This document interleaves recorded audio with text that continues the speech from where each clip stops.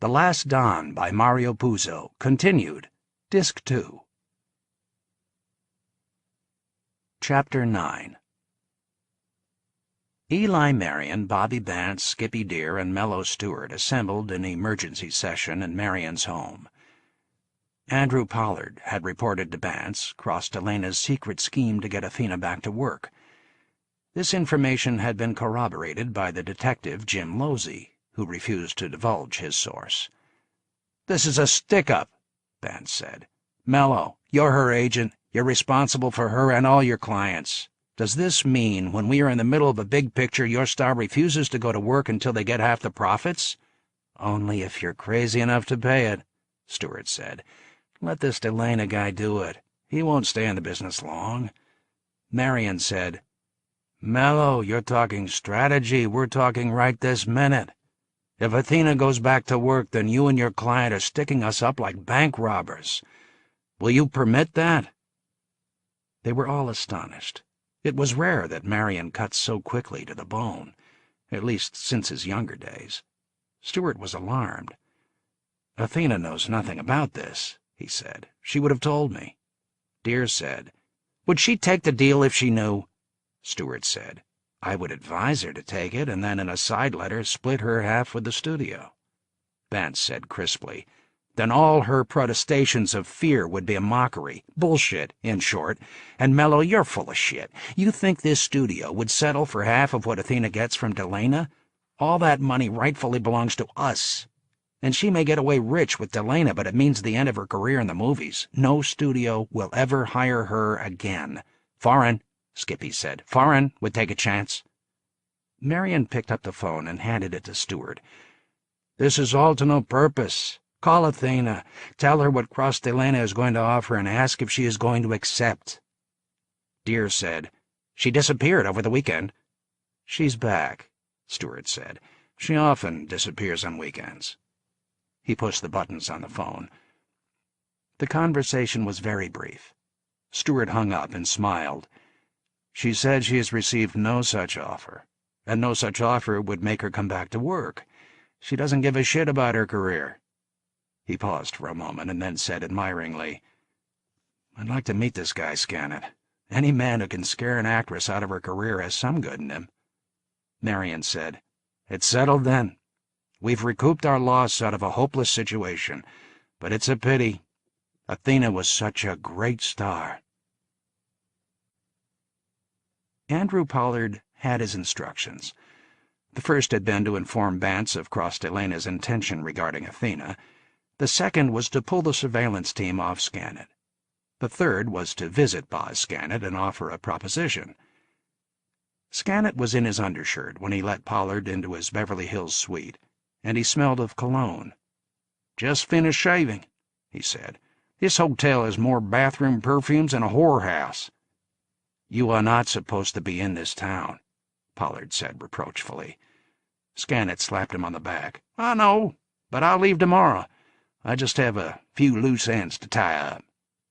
His malicious glee while saying this, his massive torso, would have frightened Pollard before, but now that Cross was involved, it only evoked pity. But he would have to be careful. "Athena is not surprised that you haven't left," he said. "She feels the studio doesn't understand you, but she does. So she would like to meet with you personally. She thinks that just the two of you alone can strike a deal." When he saw the momentary rush of joy on Scannett's face, he knew that Cross had been right. This guy was still in love. He would buy the story. Boz Scannett was suddenly wary. "That doesn't sound like Athena. She can't stand the sight of me, not that I blame her." He laughed. "She needs that pretty mug of hers." Pollard said, "She wants to make a serious offer. A lifetime annuity, a percentage of her earnings for the rest of her life if you want. But she wants to talk to you personally and secretly. There's something else she wants." "I know what she wants," Scannett said. Scannett had a curious look on his face. Pollard had seen that look on the faces of wistfully repentant rapists. 7:00, Pollard said. "2 of my men will come to pick you up and bring you to the meeting place. They will stay with her to be her bodyguards. 2 of my best men, armed. just so you won't get any funny ideas." Scannet smiled. "Don't worry about me," he said. "Right," Pollard said, and left. When the door closed, Scannet shot his right hand up in the air. He would see Athena again, with only 2 half-assed private detectives to protect her, and he would have proof that she initiated the meeting. He would not be violating the judge's restraining order. For the rest of the day, he dreamed of their reunion. It was really a surprise to him, and thinking about it, he knew that Athena would use her body to persuade him into the bargain. He lay on his bed, imagining how it would be to be with her again. The image of her body was clear, her white skin, the gentle curve of her belly, her breasts with their pink nipples, her eyes so green they were another kind of light, her warm, delicate mouth, her breath, her flaming hair like the sun turning into smoky brass under a night sky. For a moment, his old love swept over him, his love of her intelligence and her brave character that he had broken down into fear. Then, for the first time since he was 16, he was fondling himself. His mind formed clear figures of Athena urging him on until he climaxed. For that one moment he was happy, and he loved her. And then everything turned around. He felt a sense of shame, of humiliation. He hated her again. Suddenly, he was convinced it was some sort of trap. What did he really know about this guy Pollard, anyway? Scannet dressed hurriedly and studied the card Pollard had given him. The office was only a 20-minute drive from the hotel. He rushed down to the hotel entrance, and a valet brought his car. When he entered the Pacific Ocean Security Building, he was surprised at the size and opulence of the operation. He made his way to the reception desk and stated his business. An armed security guard escorted him to Pollard's office. Scannet noticed that the walls were decorated with awards from the L.A. Police Department, the Association to Help the Homeless, and other organizations, including the Boy Scouts of America. There was even some sort of a movie award. Andrew Pollard was regarding him with surprise and a little concern. Scannet reassured him. "I just wanted to tell you," he said. "I'll drive to the meeting in my car. Your men can ride with me and give me directions." Pollard shrugged. This would be none of his business. He had done what he had been instructed to do. "Fine," he said, "but you could have called me." Scannet grinned at him. "Sure. But I just wanted to check on your offices. Also, I want to call Athena to make sure this is on the up and up. I figured you can get her on a phone for me. She might not take my call." "Sure," Pollard said agreeably. He picked up the phone. He didn't know what was going on, and in his heart he hoped that Scannet would abort the meeting and he would no longer be involved in whatever Cross was planning to do. He also knew Athena would not speak to him directly. He dialed the number and asked for Athena. He put the loudspeaker on so that Scannet could hear the call. Athena's secretary told him that Miss Aquitaine was out and was not expected back until the next day. He put down the phone and raised an eyebrow to Scannet. Scannet looked happy. And Scannet was. He had been right. Athena was planning to use her body to make the deal. She was planning to spend the night with him. The red skin of his face took on an almost bronze sheen, with a rush of blood to his brain, remembering when she was young, when she had loved him, when he had loved her. At 7 that evening, when Liavazzi arrived at the hotel with one of his soldiers, Scannet was waiting for him and ready to go immediately. Scannet was dressed very neatly in a boyish way.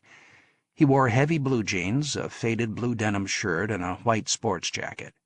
He had shaved carefully, and his blond hair was combed straight back.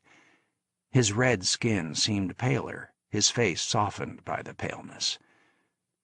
Liavazzi and his soldier showed Scannet their forged Pacific Ocean Security IDs. Scannet was not impressed by the men. 2 runts, one with a slight accent he thought might be Mexican. They would give him no trouble.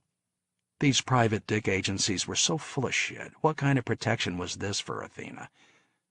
Vazzi said to Scannet, I understand you want to drive your own car. I will go with you, and my friend will follow in our car. Is that agreeable to you?" "Okay," Scannet said. When they got out of the elevator and entered the lobby, they were stopped by Jim Losey. The detective had been waiting on a sofa by the fireplace and intercepted them on just a hunch. He had staked out there to keep an eye on Scannet just in case. Now he held his ID out to the three men. Scannet looked at the ID and said, "What the fuck do you want?" Jim Losey said, "Who are these two men with you?" "None of your fucking business," Scannet said. Vatsy and his companion remained silent as Losey studied their faces. "I'd like to have a few words with you in private," Losey said. Scannet brushed him aside, and Losey grabbed his arm. They were both big men. Scannet was frantic to be away. He said to Losey, his voice furious and loud, "The charges were dropped. I don't have to talk to you, and if you don't get your hands away, I'm going to kick the shit out of you." Losey dropped his hand. He was in no way intimidated, but his mind was working. The two men with Scannet seemed strange to him. There was something going on. He stepped aside, but followed them to the archway where cars were brought to hotel guests. He watched Scannet get into his car with Leah Vatsy. Somehow the other man had vanished. Losey noted this and waited to see if another car pulled out of the parking lot, but there was none. There was no use trying to follow, and there was equally no purpose to be served in putting out an alert for Scannet's car. He debated on whether to report this incident to Skippy Deer, and decided against it. One thing was for certain. If Scannet got out of line again, he would regret his insults today. It was a long drive. Scannet kept complaining and asking questions and even threatening to turn back, but Leah Vatsy was reassuring. Scannet had been told that the meeting place was a hunting lodge Athena owned in the Sierra Nevada, and the instructions were that they were to spend the night. Athena had insisted she wanted the meeting a secret from everyone, that she would settle the whole problem to everyone's satisfaction. Scannet didn't know what that meant. What could she do to dissolve the hatred that had grown over the last 10 years? Was she stupid enough to think that a night of love-making and a bundle of cash would soften him? Did she think he was that simple? He had always admired her intelligence, but maybe now she was just one of those arrogant Hollywood actresses who thought she could buy anything with her body and her money. And yet the thought of her beauty haunted him.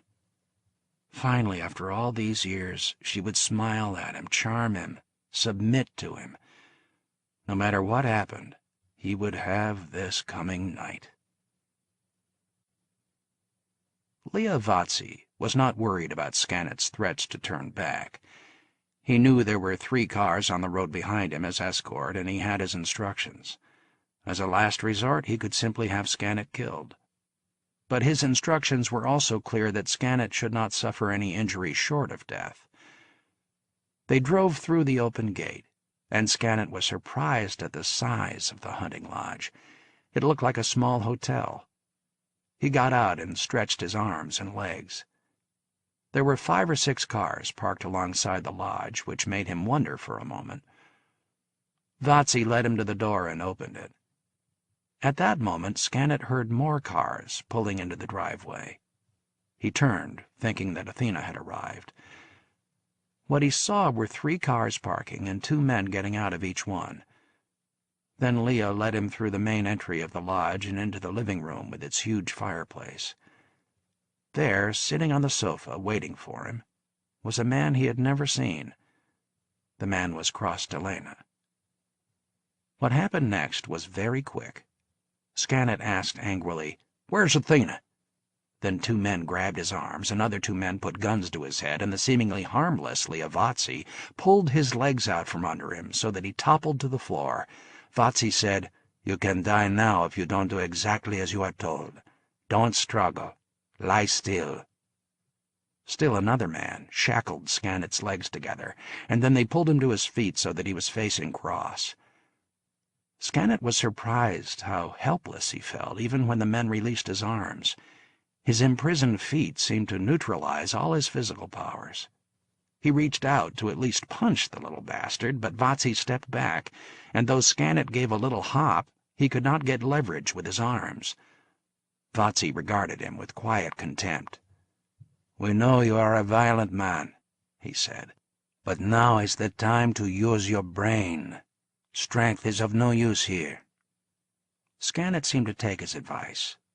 He was thinking hard. If they had wanted to kill him, they would have done so. This was some process of intimidation to make him agree to something. Well and good. He would agree. And then he would take precautions in the future. One thing he was sure of. Athena was not involved in such an operation. He disregarded Vatsy and turned to the man sitting on the sofa. "Who the hell are you?" he said. Cross said, "I have a few things I want you to do, and then you will be allowed to drive home." "And if I don't, you'll torture me, right?" Scannet laughed. He was beginning to think this was some jerk-off Hollywood scene, some bad movie the studio was using. "No," Cross said simply. "No torture. No one will touch you. I want you to sit down at that table and write 4 letters for me. One to Lodstone Studios promising never to go near their lot. One to Athena Aquitaine apologizing for your previous conduct and swearing never to go near her again. Another to the police authorities, admitting you purchased acid to be used in another attack on your wife. And another letter to me, stating what secret you hold over your wife. Simple." Scannet took a hobbling leap toward Cross and was pushed by one of the men so that he went sprawling onto the opposite sofa. "Don't touch him," Cross said sharply. Scannet used his arms to push himself to his feet. Cross pointed to the desk, where there was a stack of paper. "Where's Athena?" Scannet said. "She's not here," Cross said. "Everybody out of the room, except Leah," he said. The other men went out the door. "Go sit at the desk," Cross said to Scannet. Scannet did so. Cross said to him, "I want to talk to you very seriously. Stop trying to show how tough you are. I want you to listen. Don't do anything foolish. You have your hands free, and that may give you illusions of grandeur. All I want you to do is write those letters and you'll be free." Scannet said contemptuously, "You can go fuck yourself." Cross turned to Vatsy and said, "No use wasting time. Kill him." Cross had kept his voice even, and yet there was something terrible in his casualness. In that moment Scannet felt a fear he had not known since he was a child.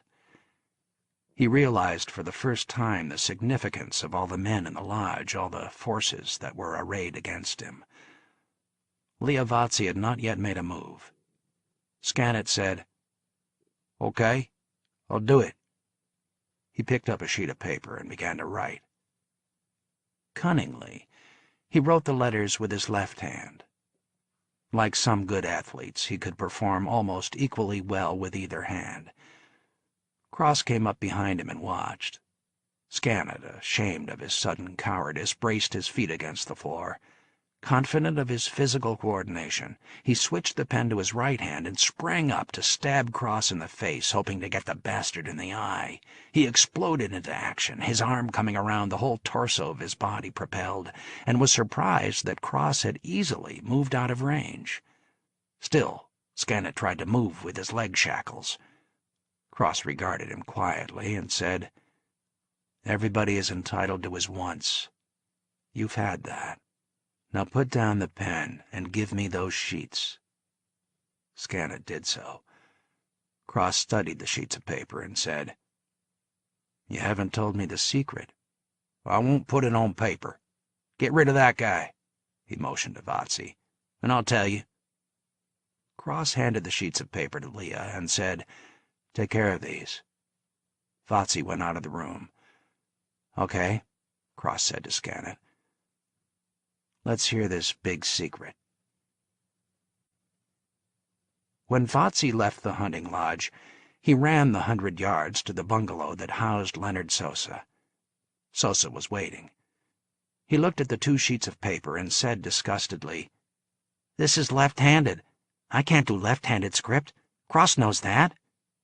"Look at it again," Vatsy said. "He tried to stab Cross with his right hand." Sosa studied the pages again. "Yeah," he said. "This guy's not a real lefty. He's just dicking you around." Vatsy took the sheets and went back to the hunting lodge and entered the library. By Cross's face he knew something had gone wrong. Cross had a look of bewilderment, and Scannet was lying down on the sofa, his shackled legs extended over the arms, smiling happily up at the ceiling. "These letters are no good," Vatsy said. "He wrote them left-handed, and the analyst says he's a righty." Cross said to Scannet, "I think you're too tough for me to handle. I can't scare you, I can't make you do what I want. I give up." Scannet rose from the sofa and said malevolently to Cross, "But what I told you is true. Everybody falls in love with Athena, but nobody knows her the way I do." Cross said quietly, "You don't know her, and you don't know me." He went to the door and motioned. 4 men came into the room. Then Cross turned to Leah. "You know what I want. If he doesn't give it to me, then just get rid of him." He walked out of the room. Leah Vatsy gave a visible sigh of relief. He admired Cross, had been a willing subordinate all these years, but Cross was too patient.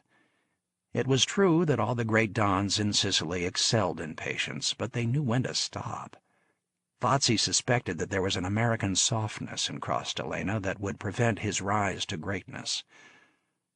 Vatsy turned to Scannet and said silkily, "You and I, we begin." He turned to the 4 men.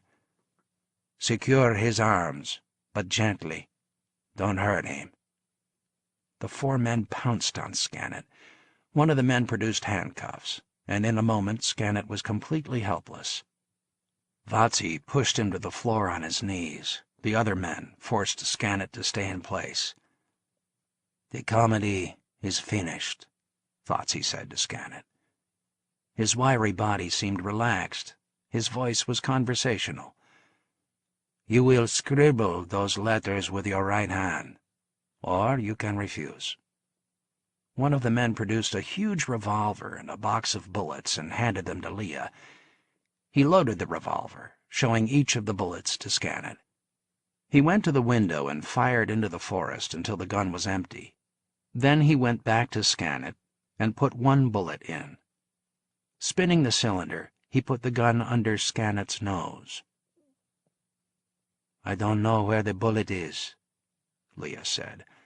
"You don't know where it is. If you still refuse to write the letters, I pull the trigger. Now, is it yes or no?" Scannet looked into Leah's eyes and did not answer. Leah pulled the trigger. There was just the click of an empty chamber. Leah nodded approvingly. "I was rooting for you," he said to Scannet. He looked into the cylinder and put the bullet in the first chamber. He went to the window and fired. The explosion seemed to rock the room. Leah went back to the table, took another bullet from the box, loaded the gun with it, spinning the cylinder. "We will try again," Leah said. He put the revolver beneath Scannet's chin, but this time Scannet flinched. "Call back your boss," Scannet said. "I have a few more things I can tell him." "No," Leah said. "That foolishness is over. Now answer yes or no." Scannet looked into Leah's eyes and saw not a threat but a mournful regret. "Okay," Scannet said. "I'll write." He was immediately hauled to his feet and seated at the writing desk. Vatsy sat on the sofa while Scannet busied himself writing. He took the papers from Scannet and went to Sosa's bungalow. "Is that okay?" he asked. "This will do fine," Sosa said. Vatsy went back to the hunting lodge and reported to Cross. Then he went to the library and said to Scannet, It's all over. I'll drive you back to L.A. as soon as I'm ready." Then Leah walked Cross out to his car. Cross said, "You know everything you have to do. Wait until morning. I should be back in Vegas by then." "Don't worry," Vatsy said. "I thought he would never write. What an animal." He could see that Cross was preoccupied. "What did he tell you when I was away?" Vatsy asked. "Something I should know?" Cross said with savage bitterness Vatsy had never seen before, "I should have killed him straight out. I should have taken my chances. I hate being so fucking clever." "Ah, well," Vatsy said. "It's done now." He watched Cross drive through the gates. For one of the few times in 10 years, he was homesick for Sicily. In Sicily, men never became so distraught about a woman's secret. And in Sicily, there would never have been all this fuss. Scannet would have been swimming at the bottom of the ocean a long time ago. As dawn broke, a closed van pulled up to the hunting lodge. Leah Vatsy collected the forged suicide notes from Leonard Sosa and put him into the car that would take him back to Topanga Canyon. Vatsy cleaned up the bungalow, burned the letters Scannet had written, removing all traces of occupancy. Leonard Sosa had never seen either Scannet or Cross during his stay. Then Leah Vatsy prepared for the execution of Boz Scannet. 6 men were involved in this operation. They had blindfolded and gagged Scannet and put him in the van. 2 of the men got into the van with him. Scannet was completely helpless, shackled hand and foot. Another man drove the van, and another man rode shotgun for the driver. The 5th man drove Scannet's car. Leah Vatsy and the 6th man drove another car that went in front. Leah Vatsy watched the sun slowly rise from the shadows of the mountains. The caravan drove nearly 60 miles and then turned into a road deep in the woods. Finally, the caravan halted. Vatsy directed exactly how Scannet's car should be parked. Then he had Scannet taken out of the van. Scannet made no resistance. He seemed to have accepted his fate. Well, he's finally figured it all out, Vatsy thought. Vatsy took the rope out of the car. He measured the length carefully and hung one end to the thick limb of a nearby tree. 2 men were holding Scannet up straight so that he could slip the noose around the man's neck. Vatsy took out the 2 suicide notes that Leonard Sosa had forged and slipped them into Scannet's jacket pocket. It took 4 of the men to lift Scannet to the roof of the van, and then Leah Vatsy threw his fist out in the direction of the driver. The van shot ahead, and Scannet flew off the roof and dangled in the air. The sound of his neck cracking resounded through the forest. Vatsy checked the corpse and removed the shackles from the body. The other men removed the blindfold and the gag. There were little scrapes around the mouth, but a couple of days hanging in the forest, and they would not be significant. He checked the arms and legs for signs of restraint. Again, there were slight marks, but they would not be conclusive. He was satisfied. He did not know if it would work, but everything Cross-ordered had been done. 2 days later, alerted by an anonymous tip, the county sheriff found Scannet's body. He had to scare off an inquisitive brown bear who was hitting the rope to make the body sway back and forth, and when the coroner and his assistants arrived, they found the body's rotting skin eaten by insects.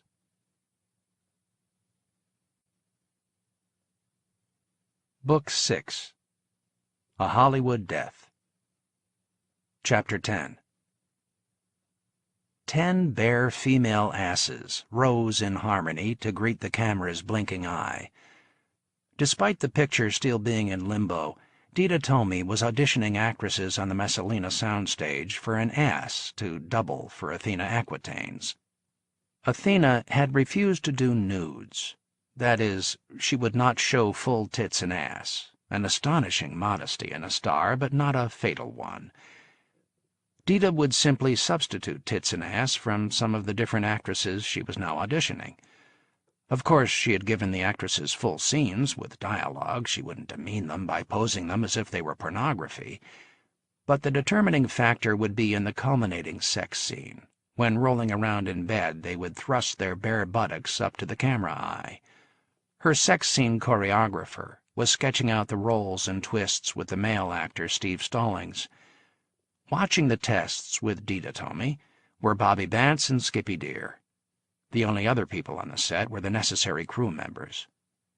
Tomey didn't mind Deer watching, but what the hell was Bobby Bance doing here? She had considered briefly barring him from the set, but if Messalina was abandoned, she would be in a very weak power position. She could use his goodwill. Bance asked fretfully, "What exactly are we looking for here?" The sex scene choreographer, a young man named Willis, who was also the head of the Los Angeles Ballet Company, said cheerfully, "The most beautiful ass in the world, but also with great muscles. We don't want sleeves, we don't want the crack open." "Right," Bance said. "Nothing sleazy." "How about the tits?" Deer asked. "They cannot be allowed to bounce," the choreographer said. "We audition tits tomorrow," Tomey said. "No woman has perfect tits and a perfect ass, except maybe Athena, and she won't show them." Bance said slyly, "You should know, Dita." Tomey forgot her weak power position. "Bobby, you're the perfect asshole, if that's what we're looking for. She won't fuck you, so you assume she's a dyke." Okay, Bance said. "I've got 100 phone calls I have to return." "Me too," Deer said. "I don't believe you guys," Tomey said.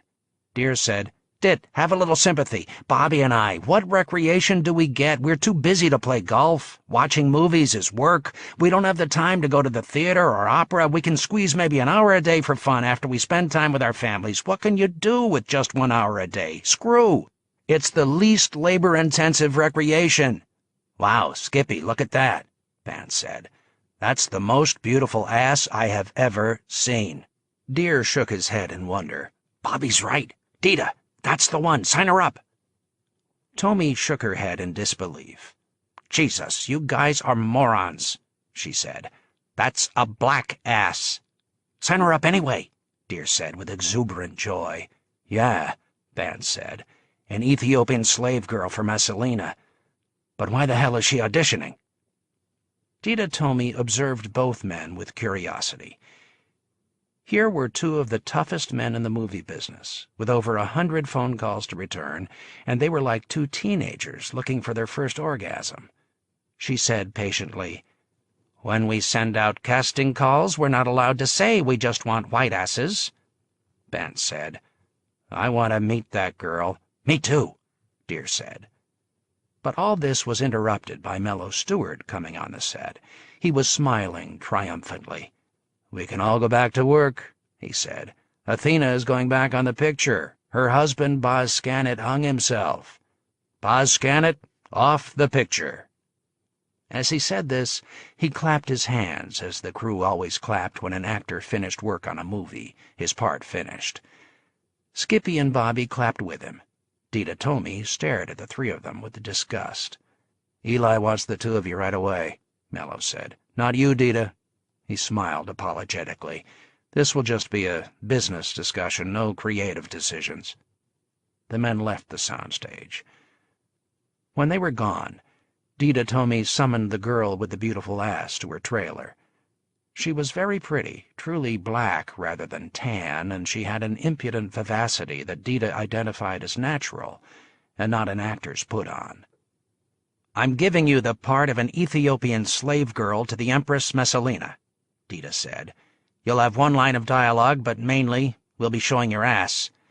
Unfortunately, we do need a white ass to double for Miss Aquitaine, and yours is too black. Otherwise, you might steal the picture." She gave the girl a friendly smile. "Faline Fant. That's a movie name." "Whatever," the girl said. "Thank you. for both the compliments and the job. One more thing, Dita said. Our producer, Skippy dear, thinks you have the most beautiful ass in the world. So does Mr. Bance, the president and head of production for the studio. You'll be hearing from them. Faline Fant gave her a wicked grin. And what do you think? She said. Dita Tomey shrugged. I'm not into asses as much as men are, but I think you're charming and a very good actress. Good enough so that I think you can carry more than one line in this picture. And if you come to my house tonight, we can talk about your career. I'll give you dinner. That night, after Dita Tomey and Faline Fant spent 2 hours in bed, Dita cooked dinner, and they discussed Faline's career. It was fun, Dita said, but I think from now on we should just be friends and keep this night a secret. Sure, Faline said, but everyone knows you're dykey. Is it my black ass? She was grinning. Dita ignored the word dykey. That was a deliberate impudence to pay back for the seeming rejection. It's a great ass, black, white, green, or yellow, Dita said. But you have real talent. If I keep casting you in my pictures, you won't get credit for your talent. And I only make a picture every 2 years. You have to work more than that. Most directors are male, and when they cast somebody like you, they're always hoping for a little screw. If they think you're dykey, they may pass. Who needs directors if I have a producer and the head of a studio? Faline said cheerfully. You do, Dita said. The other guys can get you a foot in the door, but the director can leave you on the cutting room floor, or he can shoot you so that you look and sound like shit. Faline shook her head woefully. I have to fuck Bobby Bance, Skippy dear, and I've already fucked you. Is this absolutely necessary? She opened her eyes wide, innocently. Dita really felt fond of her at the moment. Here was a girl who didn't try to be indignant. I had a very good time tonight, she said. You hit exactly the right note. Well, I never understood the fuss people make about sex, Faline said. It's no hardship for me. I don't do drugs, I don't drink a lot. I have to have a little fun. Fine, Dita said. Now, about Dear and Bance. Dear is the better bet, and I'll tell you why. Dear is in love with himself, and he loves women. He will really do something for you. He'll find you a good part. He's smart enough to see your talent. Now, Bance doesn't like anybody, except Eli Marion. Also, he has no taste, no eye for talent. Bance will sign you to a studio contract and then let you rot. He does that with his wife to keep her quiet. She gets a lot of work for top dollar, but never a decent part. Skippy dear, if he likes you, will do something for your career. This sounds a little cold-blooded, Faline said. Dita tapped her on the arm. Don't bullshit me. I'm a dyke, but I'm a woman too, and I know actors. They will do anything, male or female, to go up the ladder. We all play for big stakes. Do you want to go to a 9-to-5 job in Oklahoma, or do you want to become a movie star and live in Malibu? I see by your sheet that you're 23 years old. How many have you fucked already? Counting you, Faline said. Maybe 50. But all for fun, she said in mock apology. So a few more won't traumatize you, Dita said. And who knows, it may be fun again.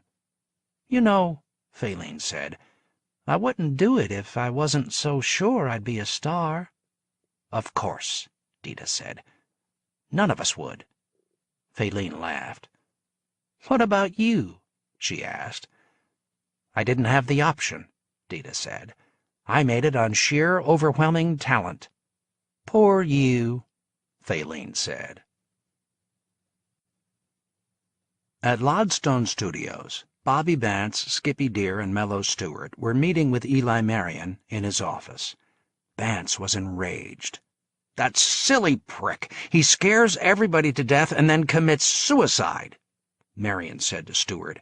Mello, your client is coming back to work, I assume? Of course, Mello said. She has no further requests. She doesn't need any extra inducements. Marian asked in a quiet, deadly voice. For the first time, Mello Stewart became aware that Marian was in a rage. "No," Mello said. "She can start work tomorrow." "Great," Dear said. "We may still come in under budget." "I want you all to shut up and listen to me," Marian said. And this rudeness, so unprecedented in him, made them silent. Marian spoke in his usual low, pleasant voice, but there was now no mistaking his anger. "Skippy, what do we give a fuck if the picture comes in on budget? We don't own the picture anymore. We panicked. We made a stupid mistake. All of us are at fault. We do not own this film. An outsider does." Skippy Dear tried to interrupt him. "Lodstone will make a fortune on distribution, and you can get a percentage on profits. It's still a very good deal. But Delana makes more money than we do," Vance said. "That's not right." "The point is that Delana did nothing to solve the problem," Marian said. "Surely our studio has some sort of legal basis to regain the picture?" "That's right," Vance said. "Fuck him. Let's go to court." Marian said, "We threaten him with court and then we cut a deal. We give him his money back and 10% of the adjusted gross." Dear laughed. "Eli, Molly Flanders won't let him take your deal." "We'll negotiate directly with Delana," Marian said. "I think I can persuade him." He paused for a moment. "I called him as soon as I got the news. He will be joining us very shortly. And you know he has a certain background. This suicide is too fortunate for him. I don't think he will care for the publicity of a court case." Cross Delana, in his penthouse suite at the Xanadu Hotel, read the newspaper reports of Scannett's death. Everything had gone perfectly. It was a clear case of suicide. The 2 farewell notes on the body clinched it. There was no possibility the handwriting experts could detect the forgery. Boz Scannett had not left any great body of correspondence, and Leonard Sosa was too good. The shackles on Scannett's legs and arms had been purposely loose and had left no marks. Liavazzi was an expert. The first call Cross received was expected. Giorgio Clericuzio, summoning him to the family mansion in Quogue. Cross had never deceived himself that the Clericuzio would not find out what he was doing. The second call Cross received was from Eli Marion, asking him to come to Los Angeles, and without his lawyer. Cross said he would. But before he left Las Vegas, he called Molly Flanders and told her about the phone call from Marion. She was enraged. "Those slimy bastards," she said. "I'll pick you up at the airport and we'll go in together. Never even say good morning to a studio head unless you've got a lawyer with you." When the 2 of them walked into Lodstone Studios and Marion's office, they knew there was trouble. The 4 men waiting there had the seriously truculent look of men about to commit strong-arm. "I decided to bring my lawyer," Cross said to Marion. "I hope you don't mind." "As you wish," Marion said.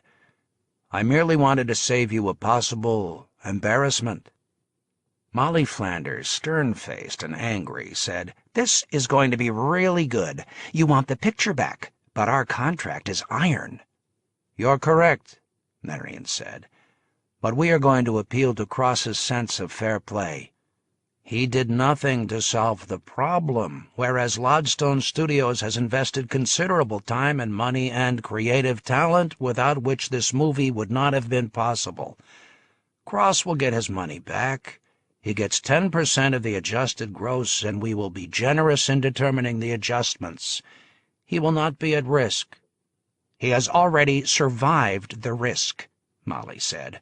"Your offer is insulting." "Then we will have to go to court," Marion said. "Cross, I'm sure you will find that as distasteful as I do." He smiled at Cross. It was a kindly smile that made his gorilla-like face angelic. Molly was furious. "Eli, you go to court 20 times a year and give depositions because you're always pulling crap like this." She turned to Cross and said, "We're leaving." But Cross knew that a long court case was something he could not afford. His buying the film, followed by Scannett's opportune death, would be held up to scrutiny. They would dig up everything about his background. They would paint him in such a way that he would become too much of a public figure, and that was something the old Don had never tolerated. There was no mistaking that Marion knew all this. "Let's stick around," Cross said to Molly. Then he turned to Marion, Bance, Skippy Deer, and Mellow Stewart. "If a gambler comes into my hotel and plays a long shot and wins, I pay him the full odds. I don't say I'll pay him even money. That's what you gentlemen are doing here. Why don't you reconsider this?" Bance said with contempt. "This is business, not gambling," Mellow Stewart said soothingly to Cross. "You will make conservatively $10 million on your investment. Surely that's fair." "And you didn't even do anything," Bance said. Only Skippy Deer seemed to be on his side. "Cross, you deserve more. But what they offer is better than a court fight, the risk of losing. Let this one go, and you and I will do business again without the studio, and I promise you'll get a fair shake." Cross knew it was important to seem non-threatening. He smiled in resignation. "Maybe you're right," he said. "I want to stay in the movie business on good terms with everybody, and 10 million profit is not a bad start. Molly, take care of the papers. Now I have to catch a plane, so please excuse me." He left the room, and Molly followed him. "We can win in court," Molly told him. "I don't want to go to court," Cross said. "Make the deal." Molly studied him carefully. Then she said, "Okay, but I'll get more than 10%. When Cross arrived at the mansion in Quogue the next day, Don Domenico Clericuzio, his sons Giorgio, Vincent, and Petey, and the grandson, Dante, were waiting for him. They had lunch in the garden, a lunch of cold Italian hams and cheeses, and an enormous wooden bowl of salad, long loaves of crispy Italian bread. There was the bowl of grated cheese for the Don's spoon. As they ate, the Don said conversationally, "Crocifixio, we hear you have become involved in the moving picture business." He paused to sip his red wine. He then took a spoonful of the grated Italian Parmesan cheese. "Yes," Cross answered. Giorgio said, "Is it true that you pledged some of your shares in the Xanadu to finance a movie?" "That is within my right," Cross said. "I am, after all, your Bruglione in the West." He laughed. "Bruglione is right," Dante said. The Don shot a disapproving look at his grandson. He said to Cross, "You got involved in a very serious affair without family consultation. You did not seek our wisdom. Most important of all, you carried out a violent action that might have severe official repercussions. And that custom is clear. You must have our consent or go your own way and suffer consequences." "And you used resources of the family," Giorgio said harshly. "The hunting lodge in the Sierra. You used Liavazzi, Leonard Sosa, and Pollard with his security agency. Of course, they are your people in the West, but they are also family resources. Luckily, everything went perfectly, but what if it had not? We would all have been at risk." Don Clericuzio said impatiently, "He knows all that. The question is, why? Nephew, years ago you asked not to take part in that necessary work some men must do. I granted your request despite the fact that you were so valuable. Now you do it for your own profit. That is not like the beloved nephew I have always known."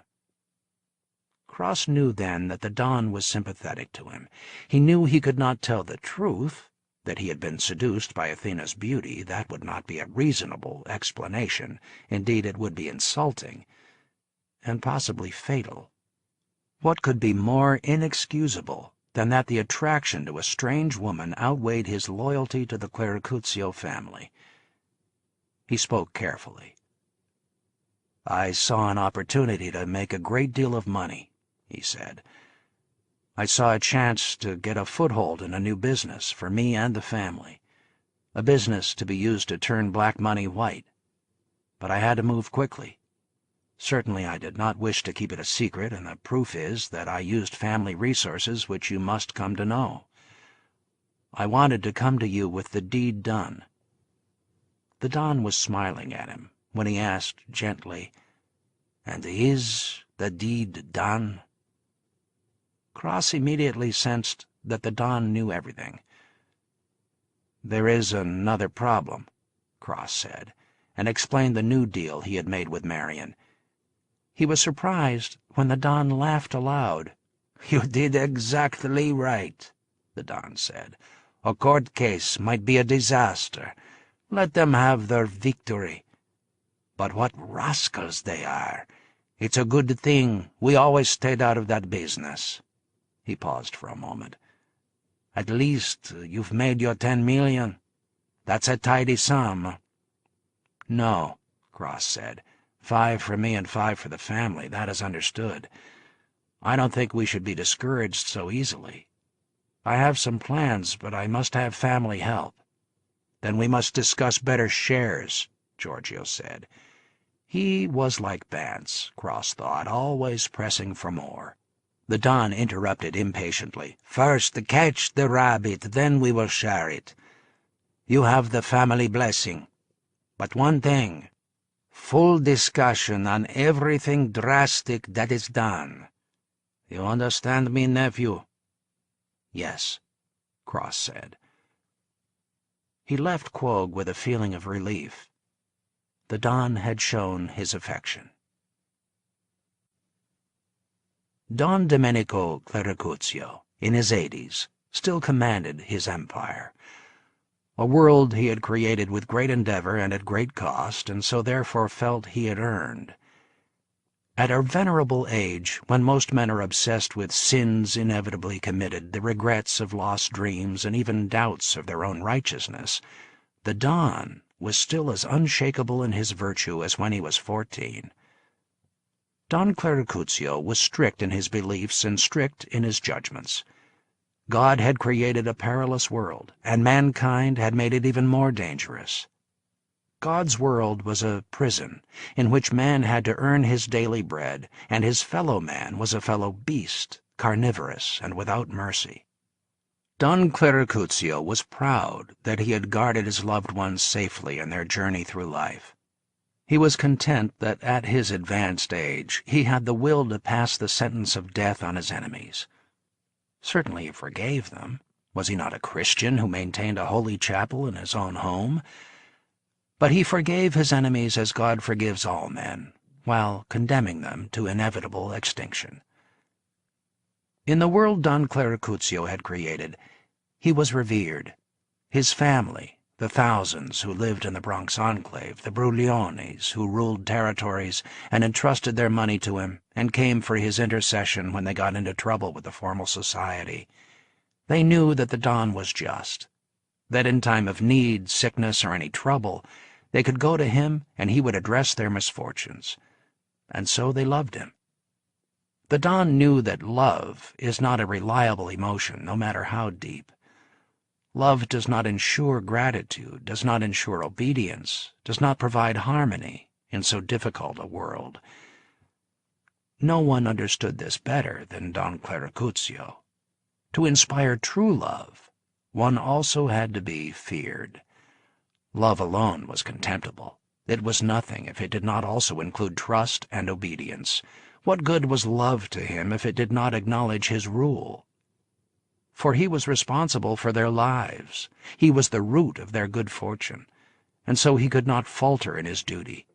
He must be strict in his judgment. If a man betrayed him, if a man damaged the integrity of his world, that man must be punished and restrained, even if it meant a sentence of death.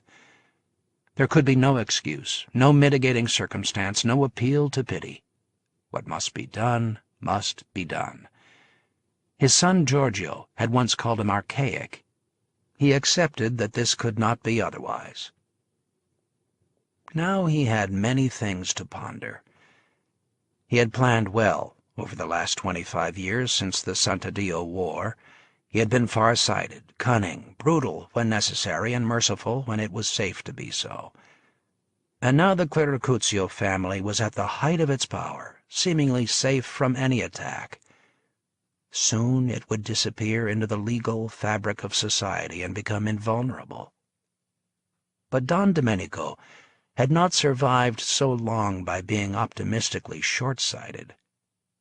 He could spot a malignant weed before it popped its head above the ground.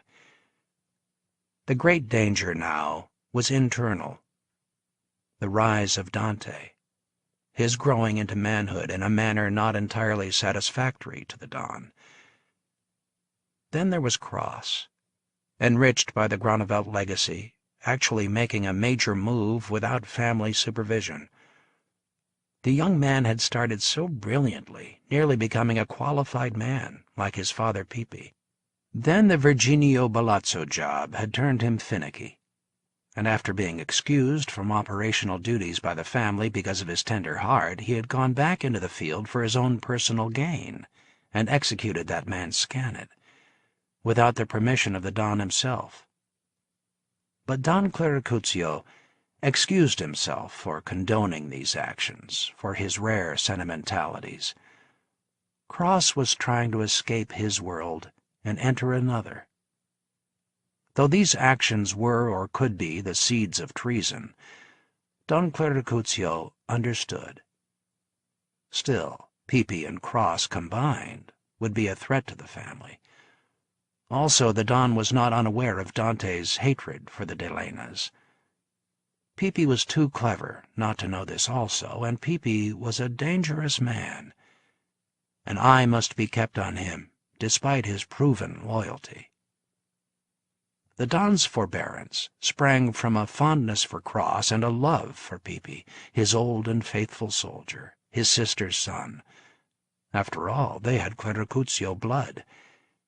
He was truly more worried about the danger to the family presented by Dante.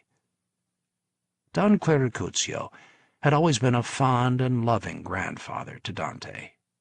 The two had been very close until the boy was about 10 years old and a certain disenchantment had settled in.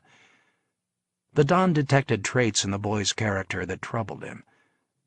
Dante, at the age of 10, was an exuberant, slyly humorous child. He was a good athlete with great physical coordination.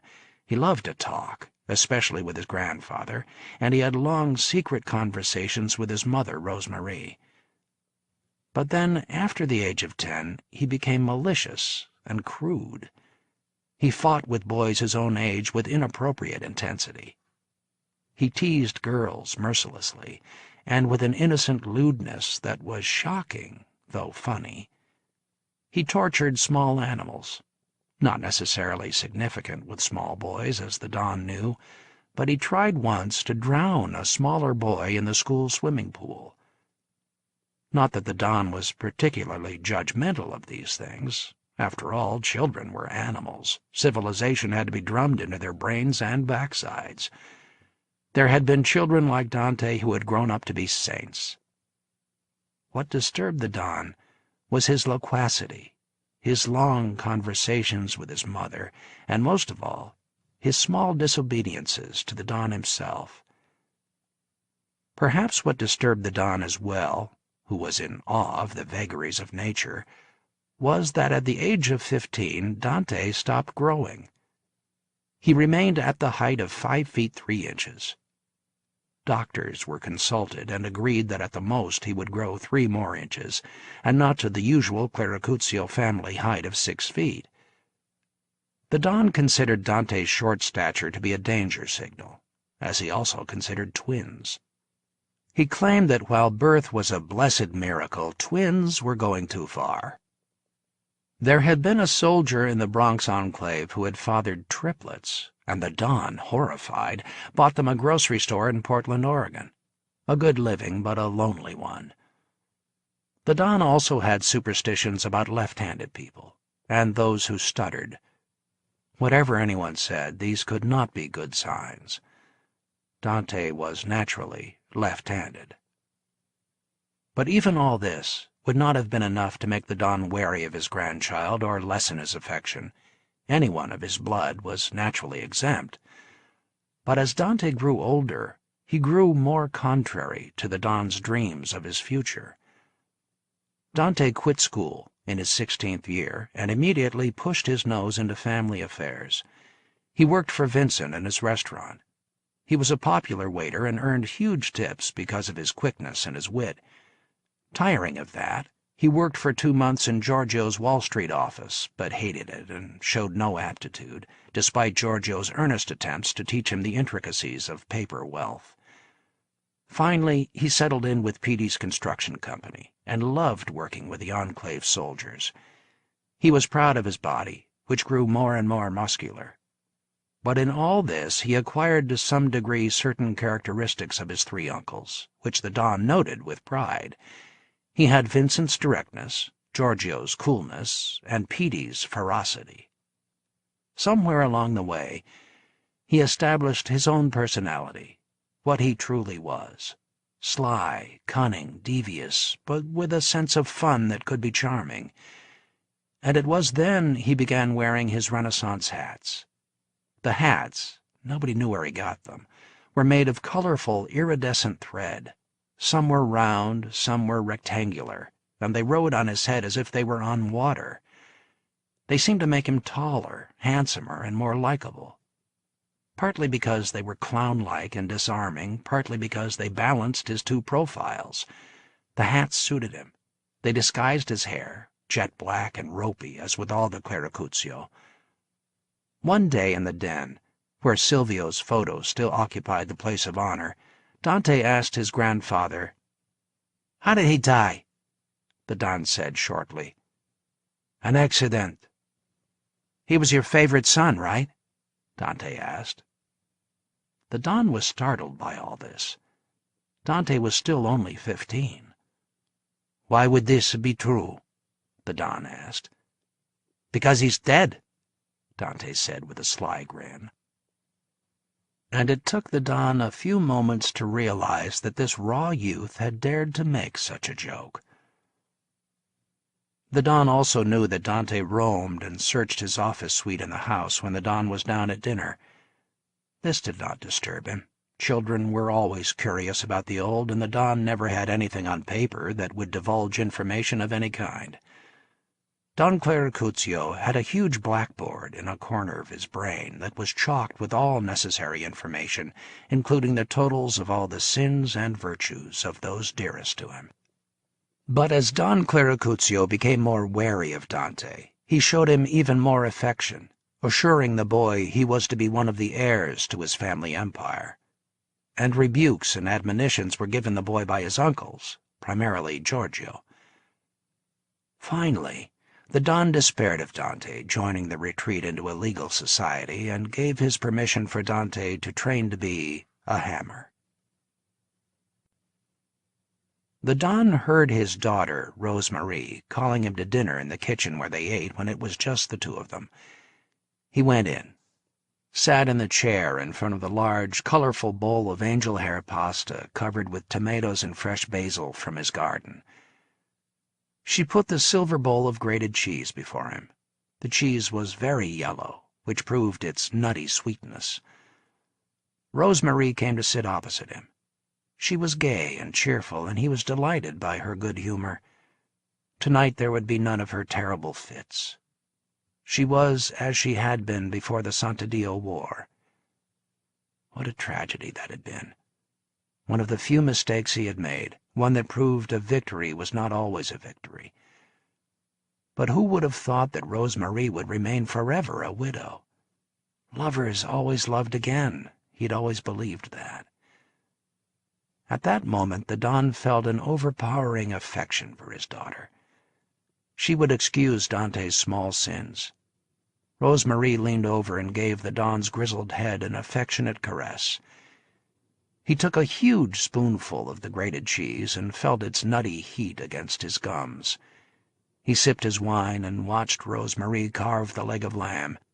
She served him 3 crusty brown potatoes, glossy with fat. His troubled mind cleared. Who was better than him?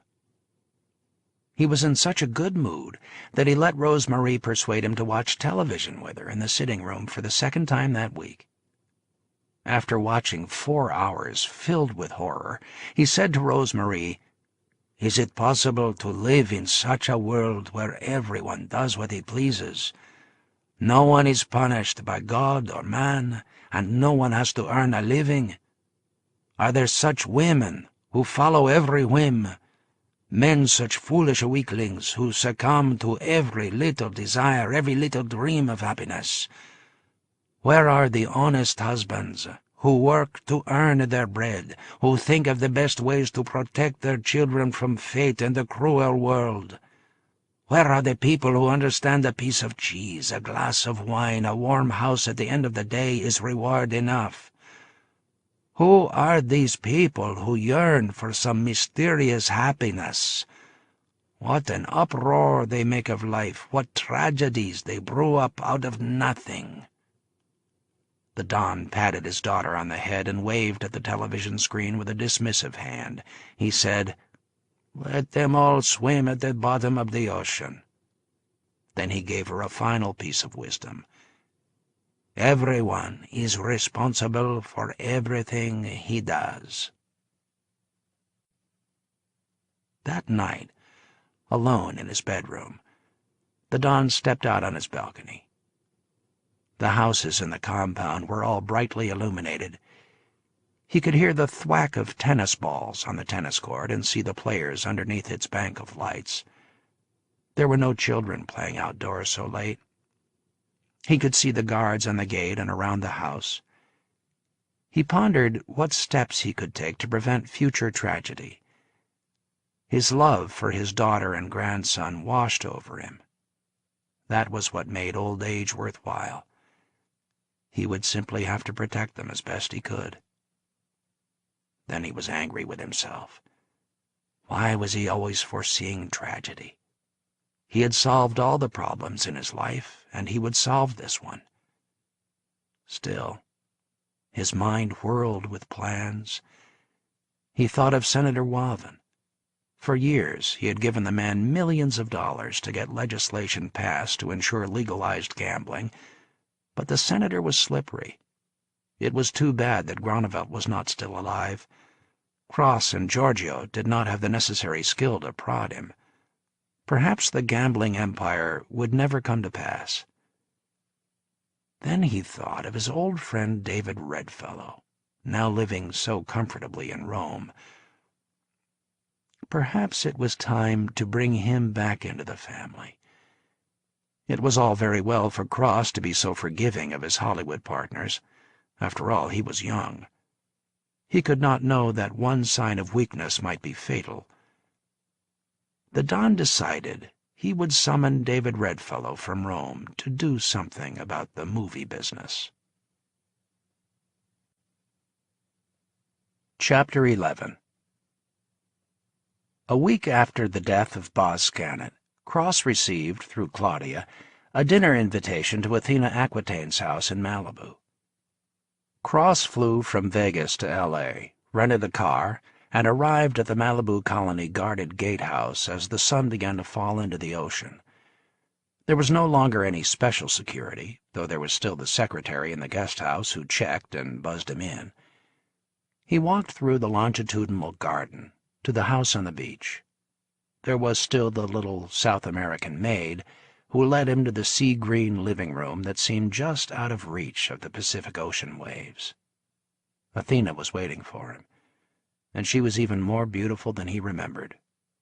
She was dressed in a green blouse and slacks, and she seemed to melt and become part of the mist over the ocean behind her. He could not take his eyes off her.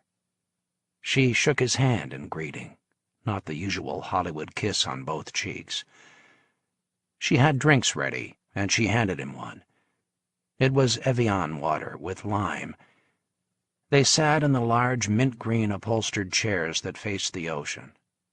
The descending sun scattered gold coins of light in the room. Cross was so aware of her beauty that he had to bow his head to avoid looking at her. The golden helmet of hair, the creamy skin, the way her long body sprawled in her chair. Some of the gold coins fell into her green eyes, fleeting shadows. He felt an urgent desire to touch her, to be closer to her, to own her. Athena seemed unaware of the emotions she was causing. She sipped her drink and said quietly, "I wanted to thank you for keeping me in the movie business." The sound of her voice further entranced Cross. It was not sultry or inviting, but it had such a velvet tone. It had such regal confidence, and yet was so warm that he just wanted her to keep talking. Jesus Christ, he thought, what the hell is this? He was ashamed of her power over him. His head still down, he murmured, "I thought I could get you back to work by appealing to your greed." "That is not one of my many weaknesses," Athena said. Now she turned her head from the ocean so that she could look directly into his eyes.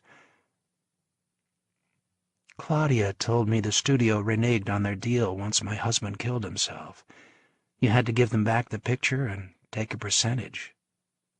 Cross kept his face impassive. He hoped to banish everything he was feeling about her. "I guess I'm not a very good businessman," he said. He wanted to give her the impression that he was ineffective. "Molly Flanders wrote your contract," Athena said. "She's the best. You could have held on." Cross shrugged. "A matter of politics. I want to get into the movie business permanently and didn't want enemies as powerful as Lodstone Studios." "I could help you," Athena said. "I could refuse to return to the picture." Cross felt a thrill that she would do that for him. He considered the offer.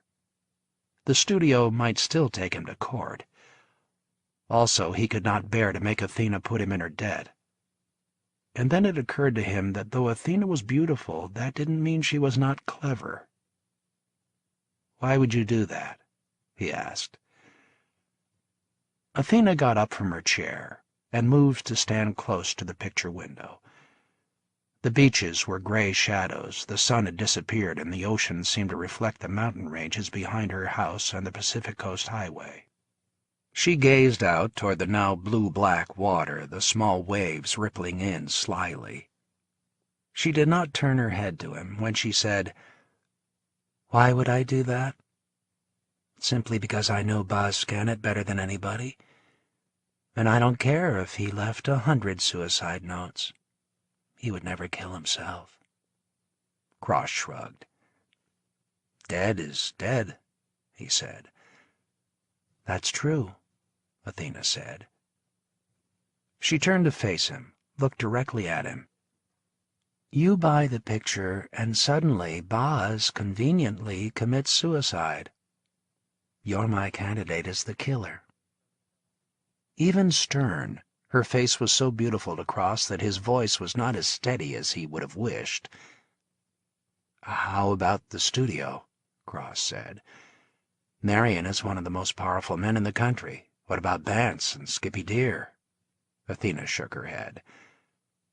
"They understood what I was asking them, just as you did. They didn't do it. They sold the picture to you. They didn't care if I was killed after the picture was finished. But you did. And I knew you would help me, even when you said you couldn't. When I heard about you buying the picture, I knew exactly what you would do. But I must say, I didn't think you could be so clever." Suddenly she came toward him, and he rose from his chair. She took his hands in hers. He could smell her body, her breath. Athena said, "That was the only evil thing I have ever done in my life. Making somebody commit murder. It was terrible. I would have been a much better person if I had done it myself. But I couldn't." Cross said, "Why were you so sure I would do something?" Athena said, "Claudia told me so much about you. I understood who you were, but she's so naive. She still hasn't caught on. She thinks you're just a tough guy with a lot of clout." Cross became very alert. She was trying to get him to admit his guilt, something he would never do, even to a priest, not even to God himself. Athena said, "And the way you looked at me. A lot of men have looked at me that way. I'm not being immodest. I know I'm beautiful. People have been telling me that since I was a child. I always knew I had power, but I could never really understand that power. I'm not really happy with it, but I use it. What they call love." Cross let go of her hands. "Why were you so afraid of your husband? Because he could ruin your career?" For one moment there was a flash of anger in her eyes. "It wasn't my career," she said, "and it wasn't out of fear, though I knew he would kill me. I had a better reason." She paused, then said, "I can make them give you the picture back. I can refuse to keep working." "No," Cross said. Athena smiled and said with a brilliant, gay cheerfulness, "Then we can just go to bed together. I find you very attractive, and I'm sure we'll have a good time." His first reaction was one of anger, that she could think she could just buy him off, that she was acting a part, using her skill as a woman the same way a man would use physical force. But what really bothered him was that he could hear a faint bit of mockery in her voice, mockery of his gallantry, and turning his true love into a simple screw, as if she was telling him that his love for her was as fake as her love for him. He said to her coolly, "I had a long talk with Boz, trying to make a deal. He said he used to fuck you 5 times a day when you were married." He was pleased that she seemed startled. She said, "I wasn't counting, but it was a lot. I was 18 and I really loved him. Isn't it funny that now I wanted him dead?" She frowned a moment and said, casually, "What else did you talk about?" Cross looked at her grimly. "Boz told me the terrible secret you had between you. He claims you confessed that when you ran away you buried your baby in the desert." Athena's face became a mask. Her green eyes went dull. For the first time that night, Cross felt she could not possibly be acting. Her face had a pallor no actress could achieve. She whispered to him, "Do you really believe I murdered my baby?" "Boz said that's what you told him," Cross said. "I did tell him that," Athena said. "Now I'm asking you again. Do you believe I murdered my baby?" There is nothing so terrible as to condemn a beautiful woman. Cross knew that if he answered truthfully, he would lose her forever. Suddenly he put his arms around her very gently. "You're too beautiful. Nobody as beautiful as you could do that." The eternal worship of men for beauty against all evidence. "No," he said. "I don't believe you did." She stepped away from him. "Even though I'm responsible for Boz?" "You're not responsible," Cross said.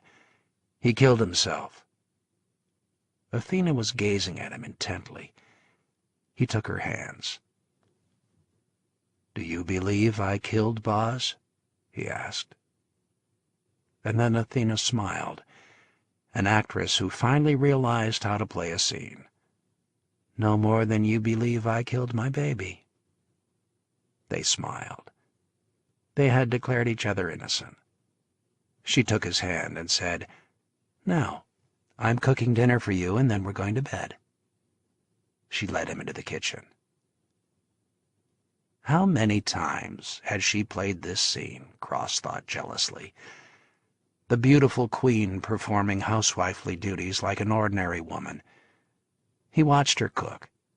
She wore no protective clothing, and she was extraordinarily professional.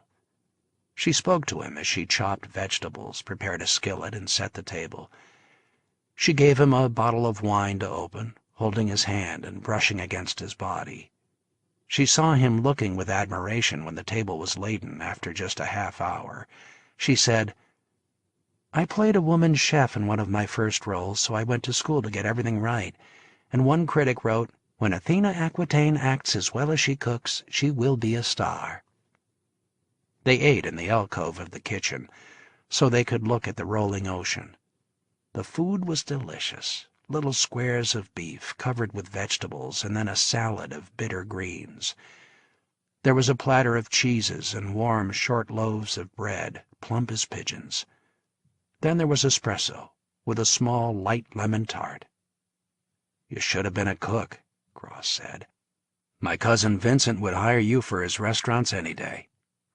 "Oh, I could have been anything," Athena said with mock boastfulness.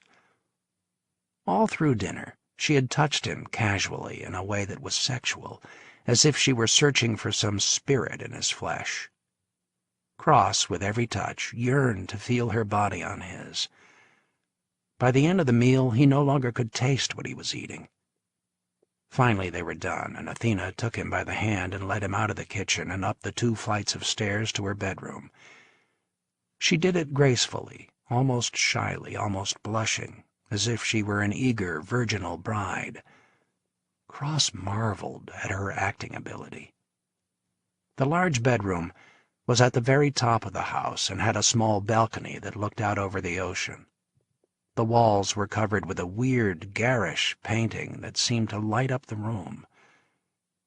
They stood on the balcony and watched the room illuminate the beach sand with a spooky yellow glow, the other Malibu houses squatted along the water showing little boxes of light. Tiny birds, as if playing a game, ran in and out of the incoming waves to escape getting wet.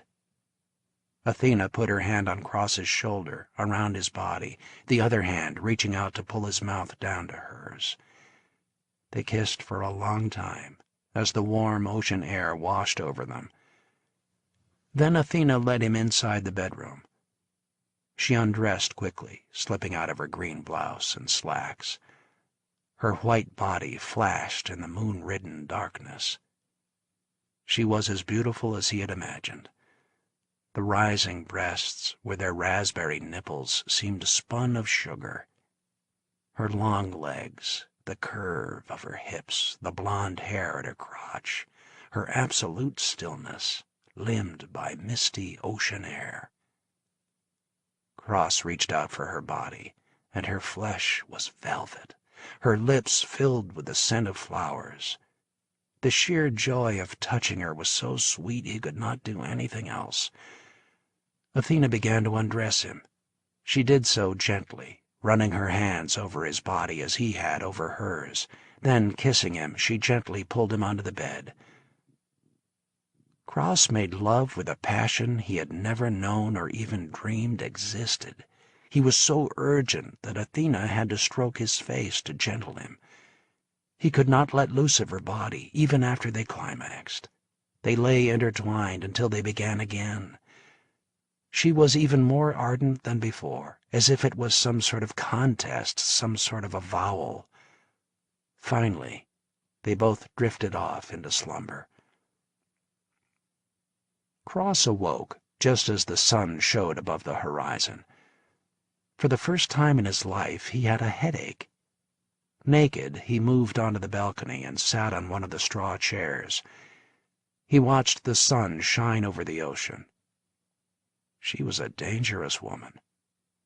The murderer of her own child, whose bones were now filled with desert sand. And she was too skillful in bed. She could be the end of him. At that moment, he decided he would never see her again. Then he felt her arms around his neck and his face twisted around to kiss her. She was in a white fluffy bathrobe, and her hair was held in place by pins that glittered like jewels in a crown. "Take a shower and I'll make you breakfast before you go," she said. She led him into the double bathroom, 2 sinks, 2 marble counters, 2 bathtubs, and 2 showers. It was stocked with men's toilet articles, razors, shaving cream, skin toners, brushes, and combs. When he had finished and was out on the balcony again, Athena brought a tray with croissant, coffee, and orange juice to the table. "I can make you bacon and eggs," she said. "This is fine," Cross said. "When will I see you again?" Athena asked. "I have lots of things to do in Las Vegas," Cross said. "I'll call you next week." Athena gave him an appraising look. "That means goodbye, doesn't it?" she asked. "And I really enjoyed last night." Cross shrugged. "You paid off your obligation," he said. She gave him a good-humored grin and said, "And with amazing goodwill, don't you think? It wasn't begrudging." Cross laughed. "No," he said. She seemed to read his mind. Last night they had lied to each other. This morning the lies had no power. She seemed to know that her beauty was too much for him to trust, that he felt in danger with her, and with her confessed sins.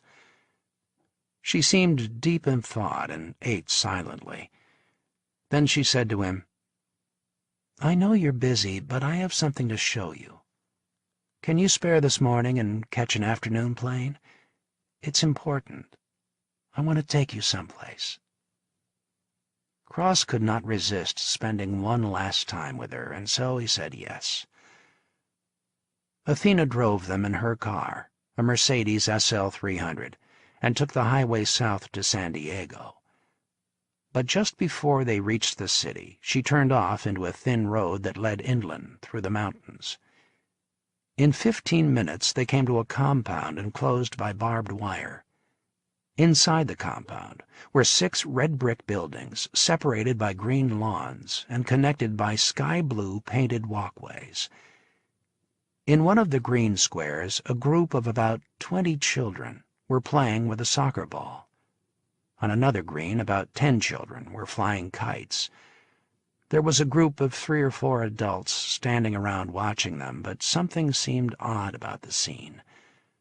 When the soccer ball flew through the air, it seemed most of the children ran away from it, while on the other square the kites flew up into the sky and never returned. "What is this place?" Cross asked. Athena looked pleadingly at him. "Just come with me, please, for now. Later you can ask your questions." Athena drove to the entry gate and showed a gold ID badge to the security guard. Passing through, she drove to the largest building and parked.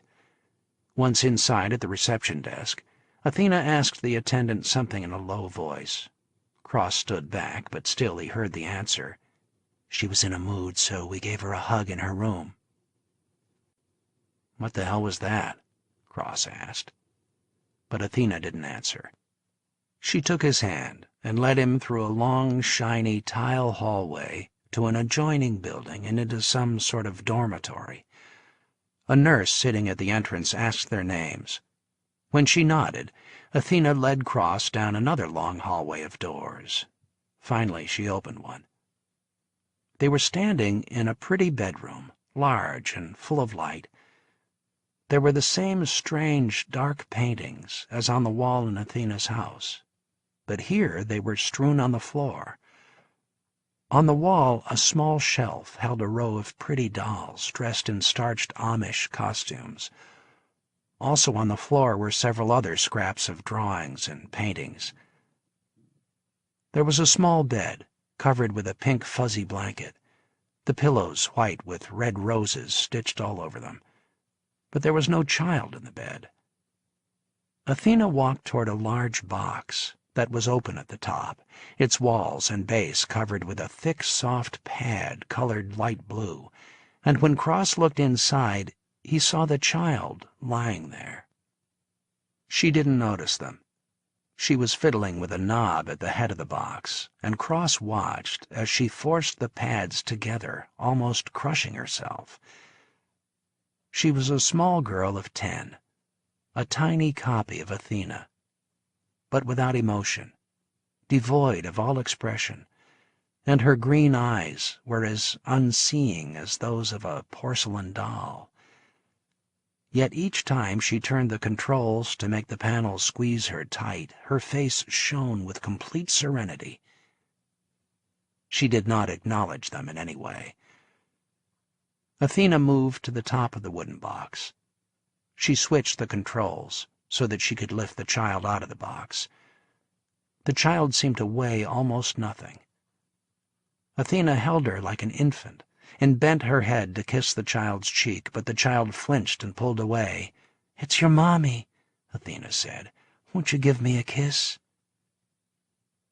The tone of her voice broke Cross's heart. It was an abject pleading, but now the child was churning wildly within her arms. Finally, Athena gently put her down on the floor. The child scrambled to her knees and immediately picked up a box of paints and a huge cardboard sheet. Completely absorbed, she began to paint. Cross stood back and watched as Athena tried all her acting skill to establish a rapport with the child. First, she kneeled down next to the little girl and was the loving playmate helping her daughter paint, but the child took no notice. Athena then sat up, tried to be a confiding parent, telling the child what was happening in the world. Then Athena became a fawning adult, praising the child's paintings. To all this, the child merely kept moving away. Athena picked up one of the brushes and tried to help, but when the child did see, she grabbed the brush away. She never said a word. Finally, Athena gave up. "I'll come back tomorrow, darling," she said. "I'll take you for a ride, and I'll bring a new paint box. See?" she said, tears welling in her eyes. "You're running out of reds." She tried to give the child a farewell kiss, but she was held away by two small, beautiful hands. Finally, Athena rose and led Cross out of the room. Athena gave him the keys to the car so he could drive back to Malibu, and during the ride she held her head in her hands and wept. Cross was so stunned he could not say a word. When they got out of the car, Athena seemed to have control of herself. She pulled Cross into the house and then turned and faced him. "That was the baby I told Boz I buried in the desert. Now do you believe me?" And for the first time, Cross really believed she might love him. Athena led him into the kitchen and made coffee. They sat in the alcove to watch the ocean. As they drank their coffee, Athena started speaking. She talked casually, no emotion in her voice or on her face. "When I ran away from Boz, I left my baby with some distant cousins, a married couple in San Diego. She seemed a normal baby. I didn't know she was autistic then. Maybe she wasn't. I left her there because I was determined to be a successful actress. I had to make money for both of us. I was sure I was talented, and God knows everybody told me how beautiful I was. I always thought that when I was successful I could take my baby back. So I worked in Los Angeles and visited her in San Diego whenever I could.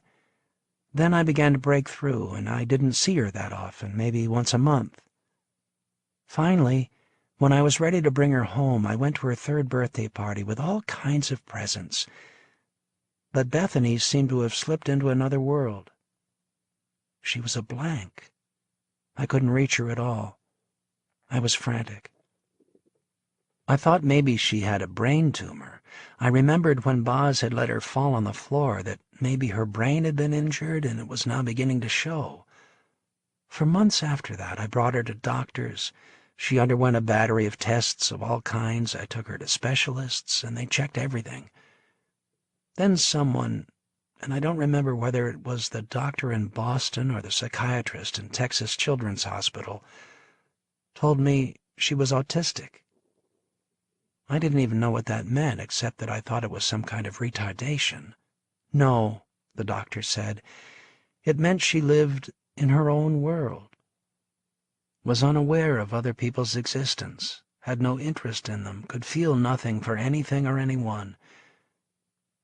It was when I brought her to the clinic here to be close to me that we found she could respond to that hugging machine you saw. That seemed to help. so I had to leave her there." Cross sat without a word, while Athena continued. "Being autistic meant she could never love me. But the doctors told me some autistic people are talented, even genius-like. And I think Bethany is a genius, not only with her painting, something else. The doctors tell me that after many years of hard training, some autistic people can be taught to care for some things, then some people. A few can even live a near-to-normal life. Right now, Bethany can't stand listening to music or any noise, but at first she couldn't bear to have me touch her, and now she's learned to tolerate me. So she's better than she used to be. She still rejects me, but not as violently. We've made some progress. I used to think it was punishment for my neglect of her because I wanted to be a success. But the specialists say that sometimes, though it seems hereditary, it can be acquired, but they don't know what really makes it happen. The doctors told me it had nothing to do with Boz dropping her on her head or me deserting her, but I don't know if I believe that. They kept trying to reassure me that we were not responsible, that it was one of the mysteries of life. Maybe it was preordained. They insisted nothing could have prevented it from happening and nothing can ever change it. But again, something inside me refuses to believe any of that. Even when I first found out, I thought about it constantly. I had to make some hard decisions. I knew I would be helpless to rescue her until I made a lot of money. So I put her in the clinic and visited her at least one weekend a month and some weekdays. Finally, I got rich. I was famous, and nothing that mattered before mattered any longer. All I wanted was to be with Bethany. Even if this hadn't happened, I was going to quit after Messalina anyway." "Why?" Cross asked. "What were you going to do?" "There's a special clinic in France with this great doctor," Athena explained, "and I was going to go there after the picture. Then Boz showed up, and I knew he would kill me and Bethany would be all alone. That's why I sort of put a contract out on him. She has nobody but me, and, well, I'll bear that sin." Athena paused now and smiled at Cross. "It's worse than the soaps, isn't it?" she said with a small smile. Cross looked out over the ocean. It was a very bright, oily blue in the sunlight. He remembered the little girl and her blank, mask-like face that would never open up to this world. "What was that box she was lying in?" he asked. Athena laughed. "That's what gives me hope," she said. "Sad, isn't it? It's a hug box. A lot of autistic children use it when they get depressed. It's just like a hug from a person, but they don't have to connect or relate to another human being." Athena took a deep breath and said, "Cross, someday I'm going to take the place of that box. That's the whole purpose of my life now. My life has no meaning except for that. Isn't that funny? The studio tells me that I get thousands of letters from people who love me. In public, people want to touch me. Men keep telling me they love me. Everybody but Bethany. And she's the only one I want." Cross said, "I'll help you in any way I can." "Then call me next week," Athena said. "Let's be together as much as we can until Messalina is finished." "I'll call," Cross said. "I can't prove my innocence, but I love you more than anything in my life." "And are you truly innocent?" Athena asked. "Yes," Cross said. Now that she had been proven innocent, he could not bear for her to know. Cross thought about Bethany. Her blank face, so artistically beautiful, with its sharp planes, its mirror eyes. The rare human being, totally free of sin. As for Athena, She had been judging Cross. Of all the people she knew, he was the only one who had ever seen her daughter since the child had been diagnosed as autistic. It had been a test. One of the great shocks of her life came when she found out that though she was so beautiful, though she was so talented, and, she thought with self-mockery, so kind, so gentle, so generous, her closest friends, men who loved her, relatives who adored her, sometimes seemed to relish her misfortunes. It was when Boz had given her a black eye, and though everyone called Boz a no-good bastard, she caught in all of them a fleeting look of satisfaction. At first she thought she had imagined it, was too sensitive. But when Boz had given her the second black eye, she caught those looks again. And she had been terribly hurt. For this time she had understood completely. Of course they all loved her, she did not doubt that. But it seemed no one could resist a little touch of malice. Greatness in any form arouses envy. One of the reasons she loved Claudia was because Claudia had never betrayed her with that look. It was why she kept Bethany so secret from her day-to-day life. She hated the idea that people she loved would have that fleeting look of satisfaction, that she had been punished for her own beauty. So, though she knew the power of her beauty and used that power, she despised it. She longed for the day when lines would cut deep into her perfect face, each showing a path she had taken, a journey survived, when her body would fill out, soften, and enlarge her to provide comfort for those she'd hold and care for, and her eyes would grow more liquid with mercy from all the suffering she'd witnessed and all the tears she'd never shed. She'd grow smile lines around her mouth from laughing at herself and at life itself.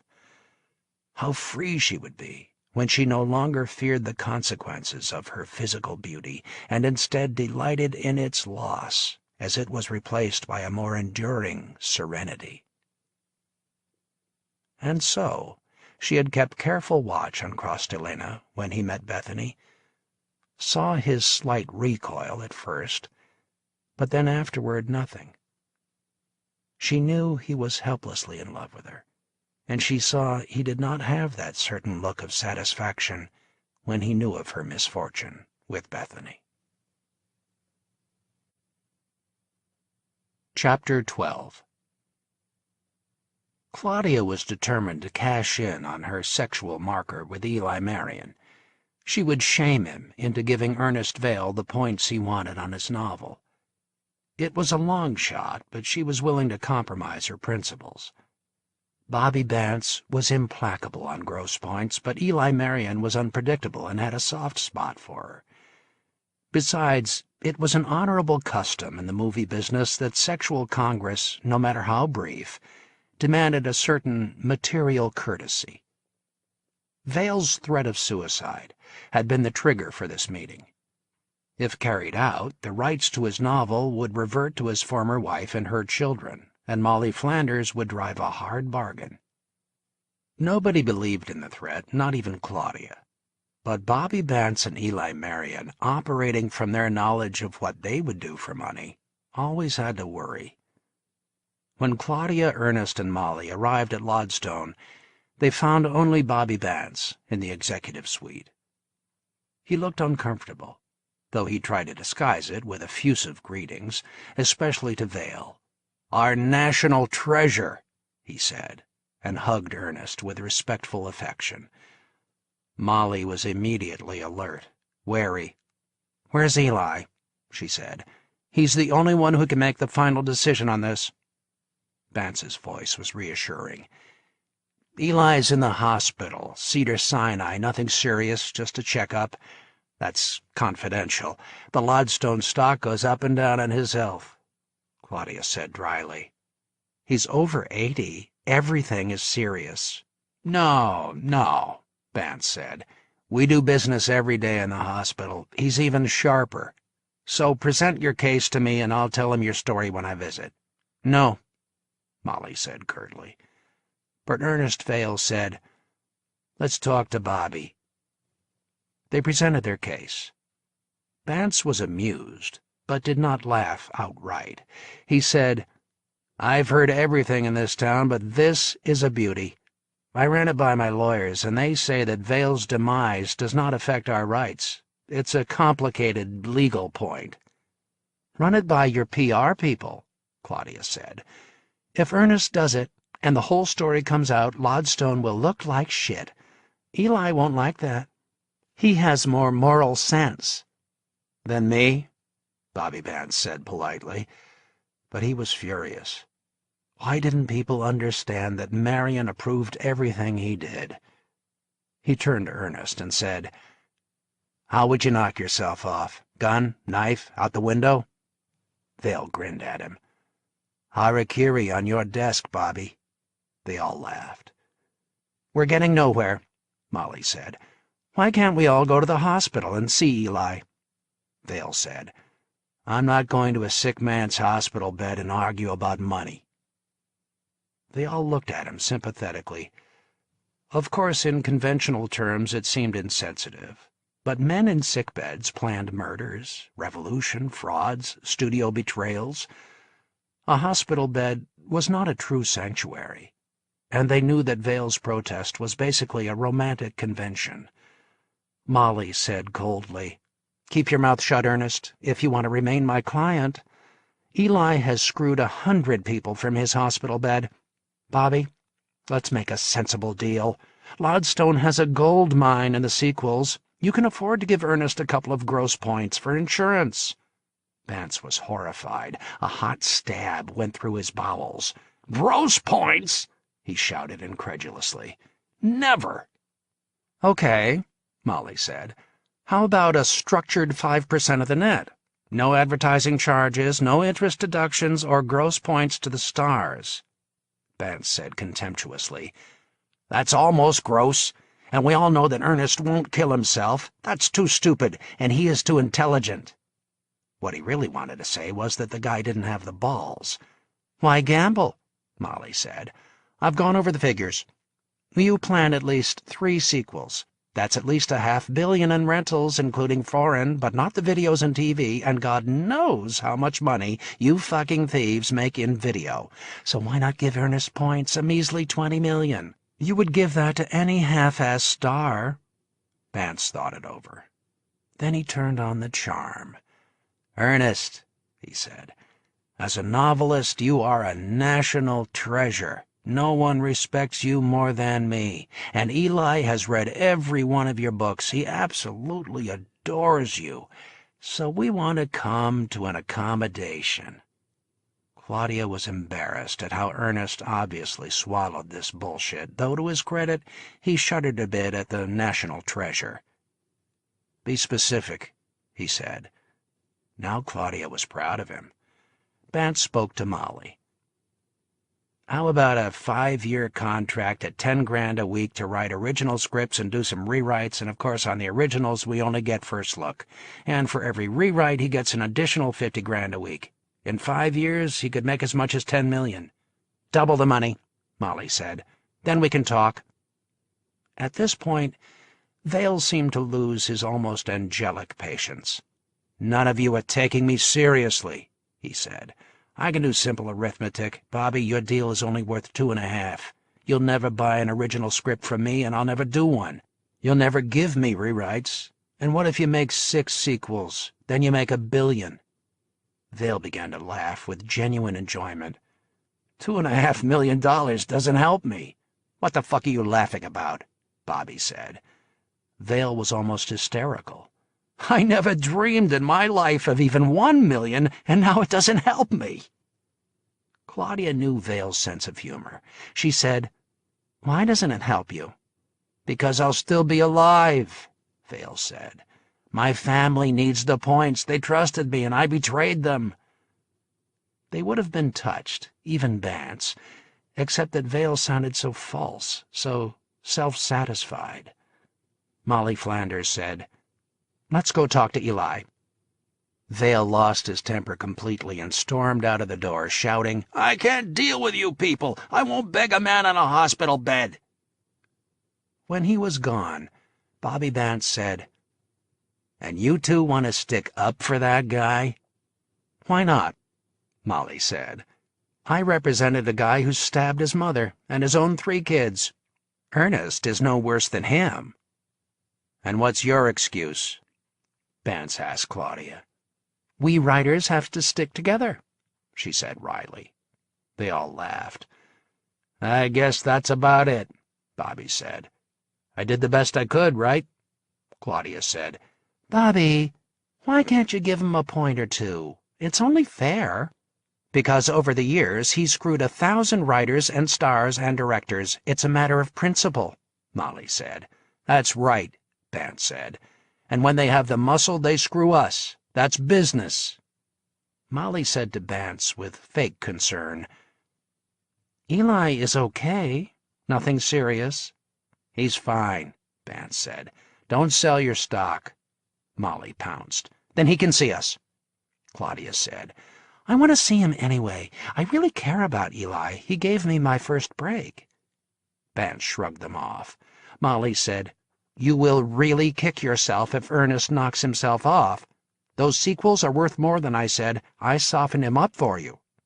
Vance said scornfully, That schmuck won't kill himself. He doesn't have the balls. From national treasure to schmuck, Claudia said musingly. Molly said, The guy is definitely a little crazy.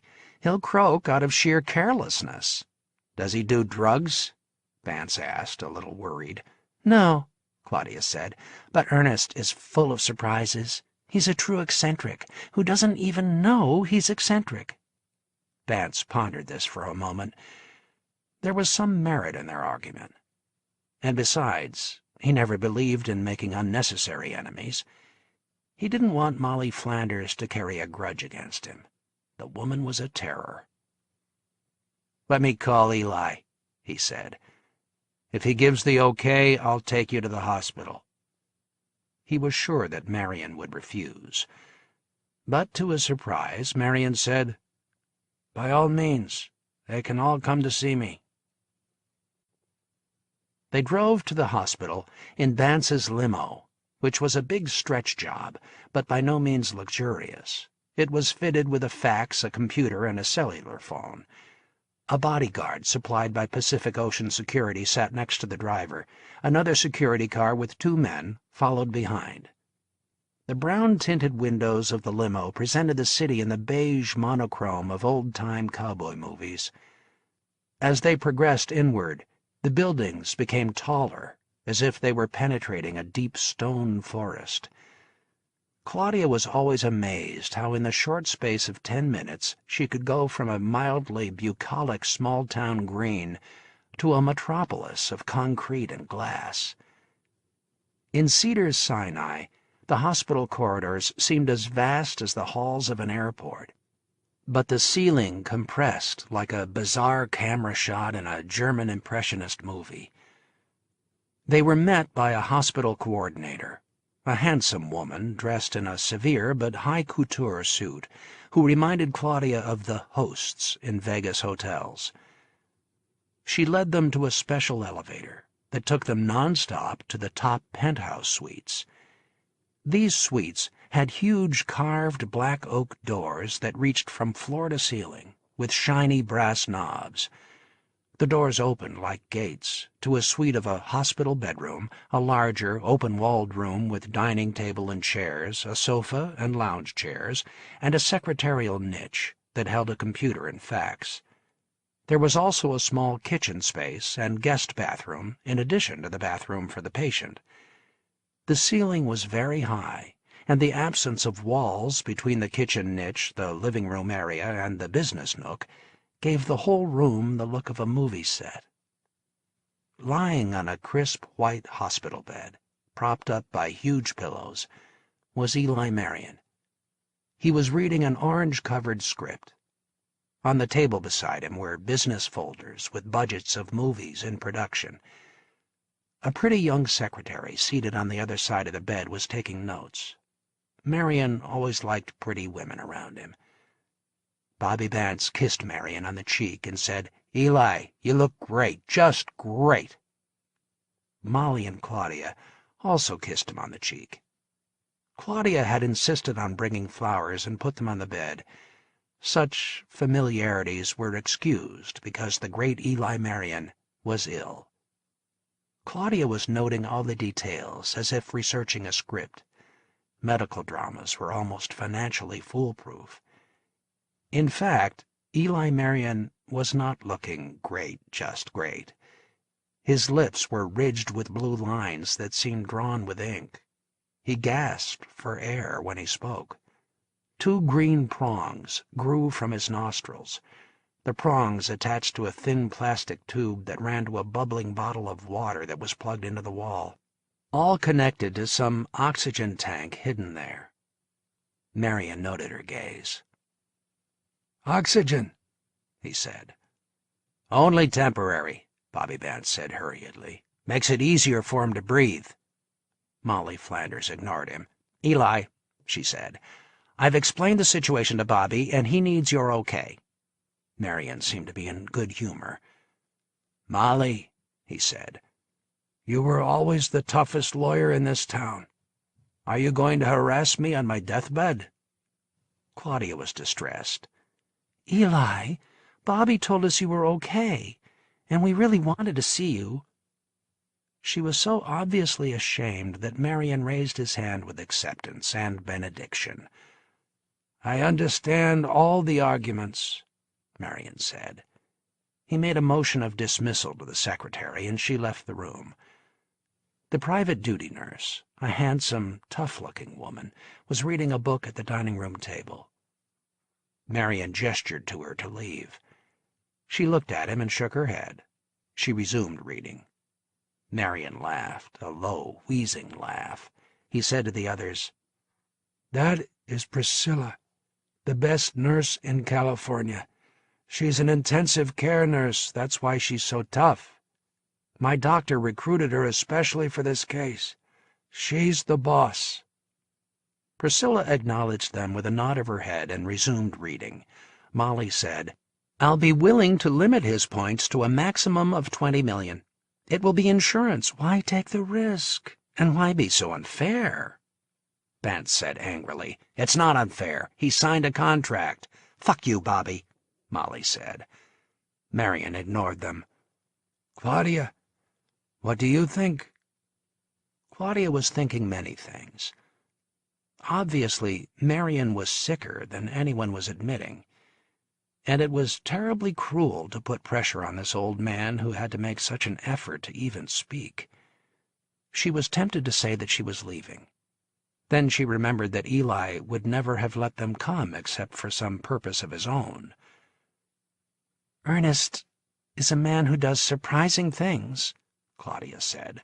"He is determined to provide for his family, but Eli, he's a writer, and you always loved writers.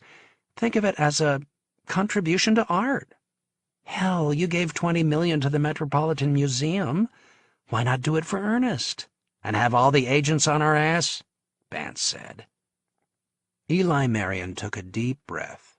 The green prongs seemed to go deeper into his face. "Molly, Claudia, we will have to keep this our little secret. I'll give Vale 2 gross points to a max of 20 million. I'll give him $1 million up front. Will that satisfy you?" Molly thought it over. 2 gross points on all the pictures should yield a minimum of 15 million, but maybe more. It was the best she could do. And she was surprised that Marion had gone so far. If she haggled, he was quite capable of withdrawing the offer. "That's wonderful, Eli. Thank you." She leaned over to kiss him on the cheek. "I'll send your office a memo tomorrow. And Eli, I do hope you get well soon." Claudia could not restrain her emotion. She clasped Eli's hand in hers. She noticed the brown specks that mottled the skin, the hand chilly with approaching death. "You saved Ernest's life." At that moment, Eli Marion's daughter came into the room, with her 2 small children. The nurse, Priscilla, rose from her chair like a cat scenting mice and moved toward the children, interposing herself between them and the bed. The daughter had been twice divorced and did not get on with her father, but she had a production company on the Lodstone lot because Eli was so fond of his grandchildren. Claudia and Molly took their leave. They drove to Molly's office and called Ernest to tell him the good news. He insisted on taking them out to dinner to celebrate. Marion's daughter and 2 grandchildren stayed only a short time, but long enough for the daughter to get her father to promise to buy her a very expensive novel for her next movie. Bobby Vance and Eli Marion were alone. "You're a soft touch today," Vance said. Marion felt the weariness in his body, the air being sucked into it. He could relax with Bobby. He never had to act with him. They had been through so much together, used power together, won wars, traveled and schemed through the wide world. They could read each other's minds. "That novel I'm buying for my daughter, will it make a movie?" Marion asked. "Low budget," Vance said. "Your daughter makes quote-unquote serious movies." Marion made a weary gesture. "Why do we always have to pay for other people's good intentions? Give her a decent writer, but no stars. She'll be happy, and we won't lose too much money." "Are you really going to give Vale gross?" Vance asked. "Our lawyer says we can win in court if he dies." Marion said smilingly, "If I get well. If not, it will be up to you. You'll be running the show." Vance was astonished at this sentimentality. "Eli, you'll get well. Of course you will." And he was absolutely sincere. He had no desire to succeed Eli Marion. Indeed, he dreaded the day that inevitability had to come. He could do anything as long as Marion approved it. "It's going to be up to you, Bobby," Marion said. "The truth is that I'm not going to make it. The doctors tell me I need a heart transplant, and I've decided not to get one. I can live maybe 6 months, maybe a year, maybe much less, with this lousy heart I have. And besides, I'm too old to qualify for a transplant."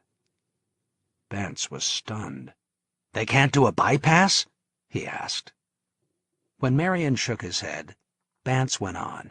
"Don't be ridiculous. Of course you'll get a transplant. You built half the hospital. They have to give you a heart. You have another good 10 years. He paused for a moment. "You're tired, Eli. We'll talk about this tomorrow." But Marion had dozed off. Vance left to check with the doctors and then to tell them to start all procedures to harvest a new heart for Eli Marion. Ernest Vale, Molly Flanders, and Claudia Delena celebrated by having dinner at La Dolce Vita on Santa Monica. It was Claudia's favorite restaurant. She had memories of herself as a little girl being brought there by her father and being treated like royalty. She had memories of the bottles of red and white wine being stacked in all the window alcoves, on the back rails of banquettes, and in every vacant space. The customers could reach out and pluck a bottle as if they were grapes. Ernest Vale was in good spirits, and Claudia wondered again how anybody could believe he would commit suicide. He was bubbling over with glee that his threat had worked, and the very good red wine put them all into a merry mood that was slightly boastful. They were very pleased with themselves. The food itself, robustly Italian, fueled their energy. "Now what we have to think about," Vale said. "Is 2 points good enough, or should we push for 3? "Don't get greedy," Molly said. "The deal is made." Vale kissed her hand movie star style and said, "Molly, you're a genius, a ruthless genius, true. How could you two browbeat a guy sick on his hospital bed?" Molly dipped bread into tomato sauce. "Ernest," she said, "you will never understand this town. There is no mercy, not when you're drunk or on coke or in love or broke. Why make an exception for sick?" Claudia said, Skippy Dear once told me that when you're buying, take people to a Chinese restaurant, but when you're selling, take them to an Italian restaurant. Does that make any sense? He's a producer, Molly said. He read it someplace. It doesn't mean anything without a context. Vale was eating with the gusto of a reprieved criminal.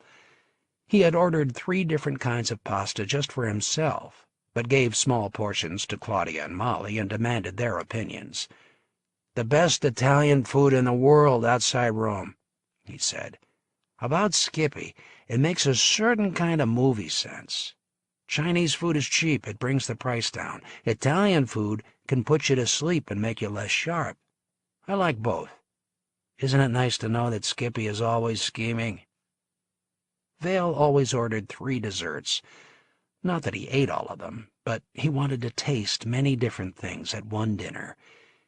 In him it did not seem eccentric, not even the way he dressed, as if clothes were to shield skin from wind or sun, or the way he carelessly shaved, one sideburn cut lower than the other.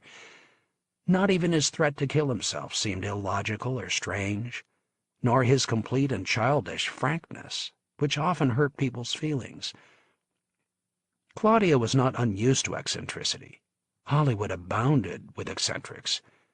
"You know, Ernest, you belong to Hollywood. You're eccentric enough," she said. "I am not eccentric," Vale said. "I'm not that sophisticated." "You don't call wanting to kill yourself over a dispute about money eccentric?" Claudia said. "That was an extremely cool-headed response to our culture," Vale said. "I was tired of being a nobody." Claudia said impatiently, "How can you think that? You've written 10 books, you've won the Pulitzer, you're internationally famous." Vale had polished off his 3 pastas and was looking at his entree, 3 pearly slices of veal covered with lemon. He picked up a fork and knife. "All that means shit," he said. "I have no money. It took me 55 years to learn that if you have no money, you're shit." Molly said, "You're not eccentric, you're crazy.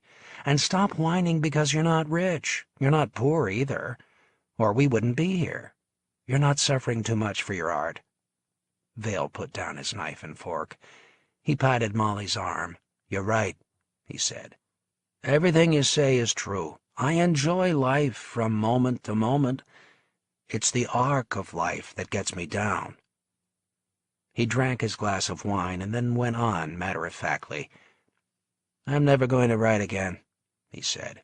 "Writing novels is a dead end, like being a blacksmith. It's all movies and TV now." "That's nonsense," Claudia said. "People will always read." "You're just lazy," Molly said. "Any excuse not to write. That's the real reason why you wanted to kill yourself." They all laughed. Ernest helped them to the veal on his dish and then to the extra desserts. The only time he was courtly was over dinner. He seemed to take pleasure in feeding people. "That's all true," he said. "But a novelist can't make a good living unless he writes simple novels, and even that is a dead end.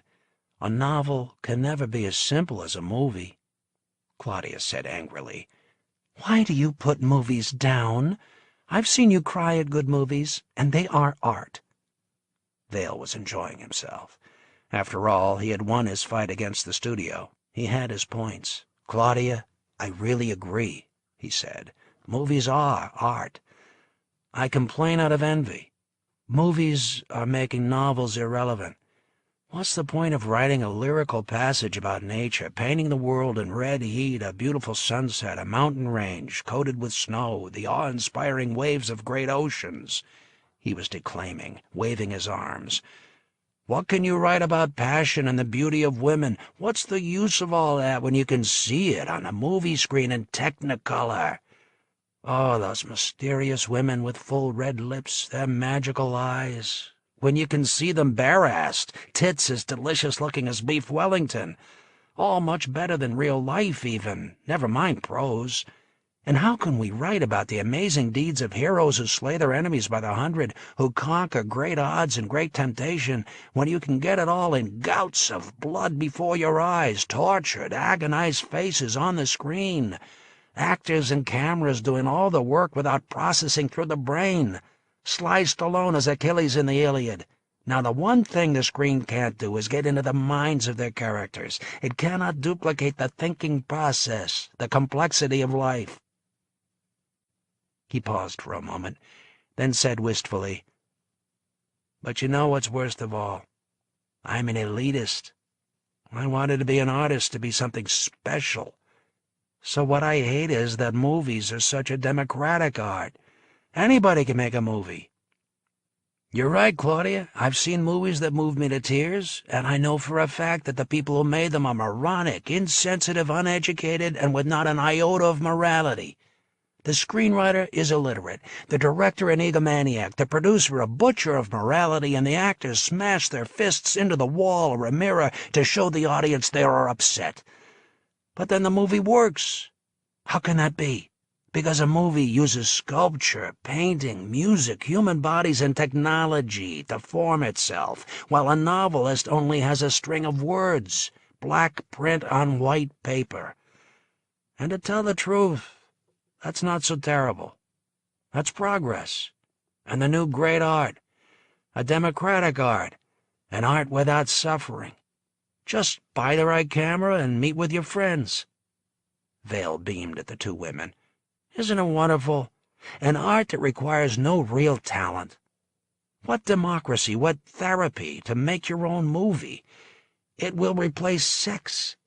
I go to see your movie and you come to see mine. It's an art that will transform the world and for the better. Claudia, be happy that you are in an art form that is the future." "You are a condescending prick," Molly said.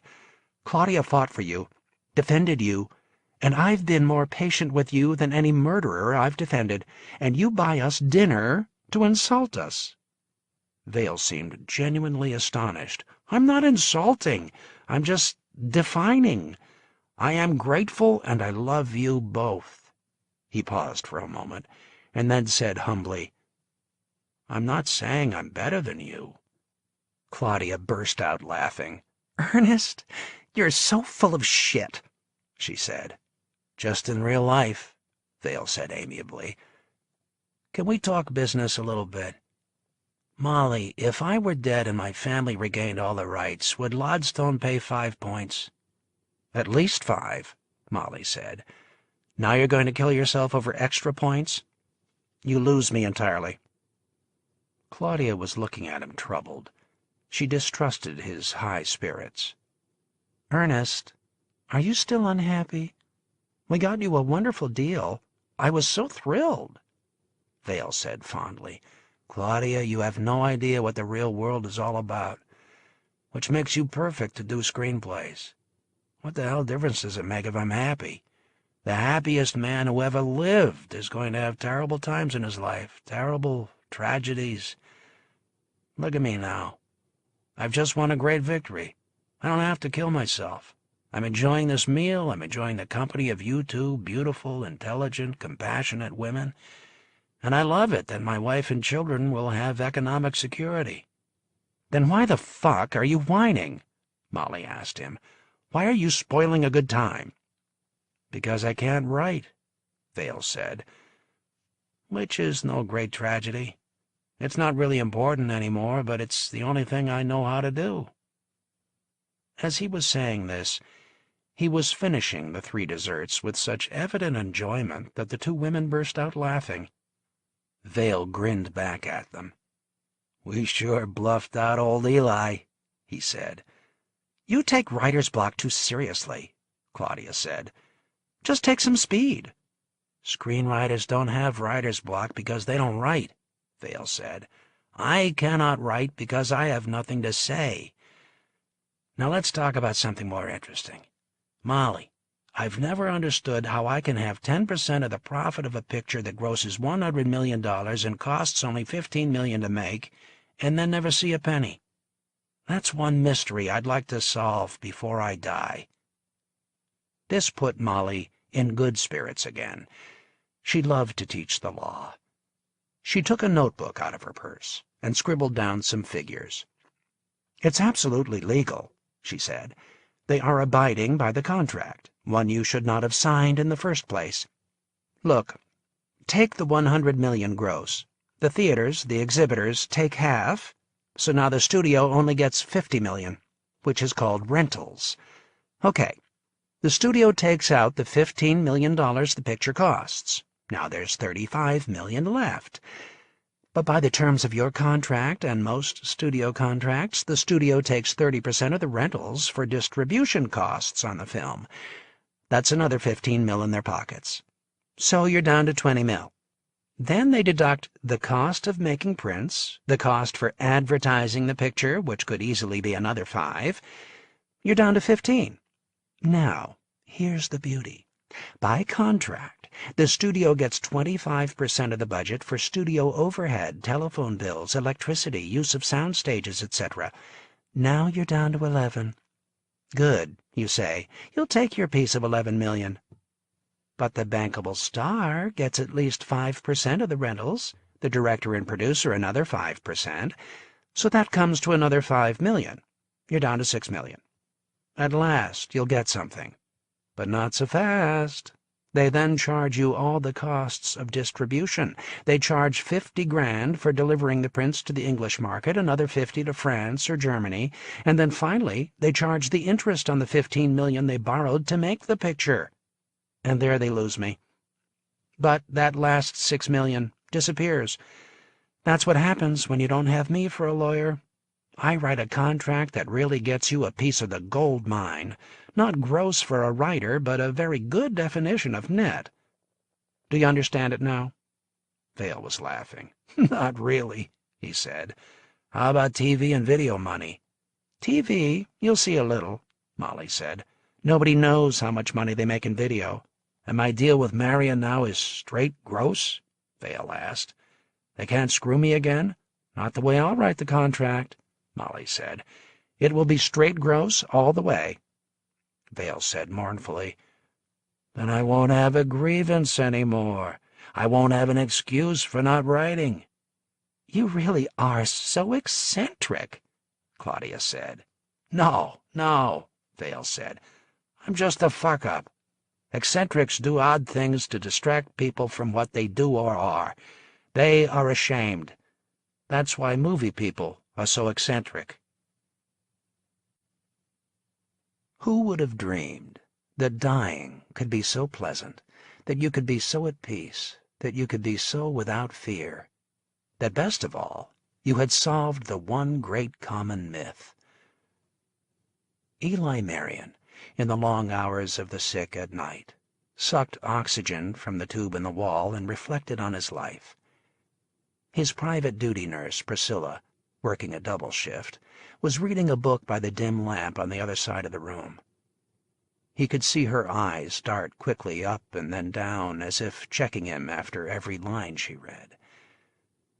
Marion thought how different this scene was from how it would be in a movie. In a movie, there would be a great deal of tension because he was hovering between life and death. The nurse would be crouched over his bed. Doctors would be coming in and out. There should sure as hell be a lot of noise, a lot of tension. And here he was in a room absolutely quiet, the nurse reading, Marion easily breathing through his plastic tube. He knew this penthouse floor held only these huge suites for very important people. Powerful politicians, real estate billionaires, stars who were the fading myths of the entertainment world. All kings in their own right, and now, here in the night in this hospital, vassals to death. They lay helpless and alone, comforted by mercenaries, their power scattered. Tubes in bodies, prongs in nostrils.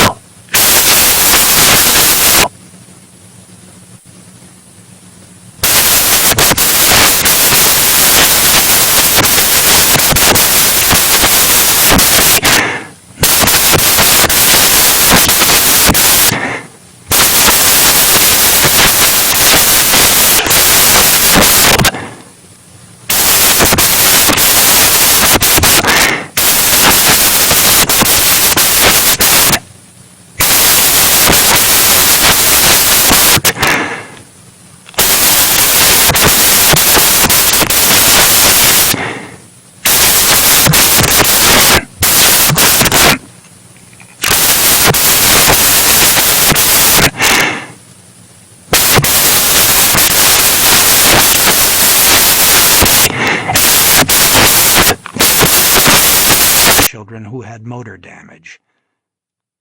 Dr. Gerard observed this and said sardonically, "Oh, very good, but you're going in the wrong direction." Then he took her hands in his and said gently, "You must not identify with their misfortune. You must fight against it." Athena felt rebuked and ashamed. Again her actress vanity had misled her. But she felt herself at peace caring for these children. It did not matter to them that her French was imperfect. They did not grasp the meaning of her words anyway. Even the distressing realities did not discourage her. The children were sometimes destructive, did not recognize the rules of society. They fought each other and their nurses. They smeared their feces on the walls. They urinated where they pleased. Sometimes they were truly frightening in their ferocity, their repulsion of the outside world. The only time Athena felt helpless was at night in the small apartment she had rented in Nice, when she studied the literature of the Institute. They were reports on the progress of the children, and they were frightening. Then she would crawl into bed and weep. Unlike the movies she had lived in, these reports had mostly unhappy endings. When she received the call from Cross that he was coming to see her, she felt a surge of happiness and hope. He was still alive, and he would help her. Then she had some trepidation. She consulted Dr. Gerard. "What do you think would be best?" she asked. "He could be of great assistance to Bethany," Dr. Gerard said. "I would very much like to see how she relates to him over a period of time. And it might be very good for you. Mothers must not be martyrs for their children." She thought about his words on her way to pick up Cross at the Nice airport. At the airport, Cross had to walk from the plane to the low-slung terminal. The air was balmy and sweet, not the scorching, sulphurous heat of Vegas. Along the borders of the concrete reception plaza grew masses of luxurious red and purple flowers. He saw Athena waiting for him on that plaza, and he marveled at her genius in transforming her appearance. She could not completely hide her beauty, but she could disguise it. Gold-framed, tinted glasses turned her eyes from brilliant green to gray. The clothes she was wearing made her look thicker and heavier. Her blonde hair was tucked under a country-brimmed hat of blue denim that overlapped the side of her face.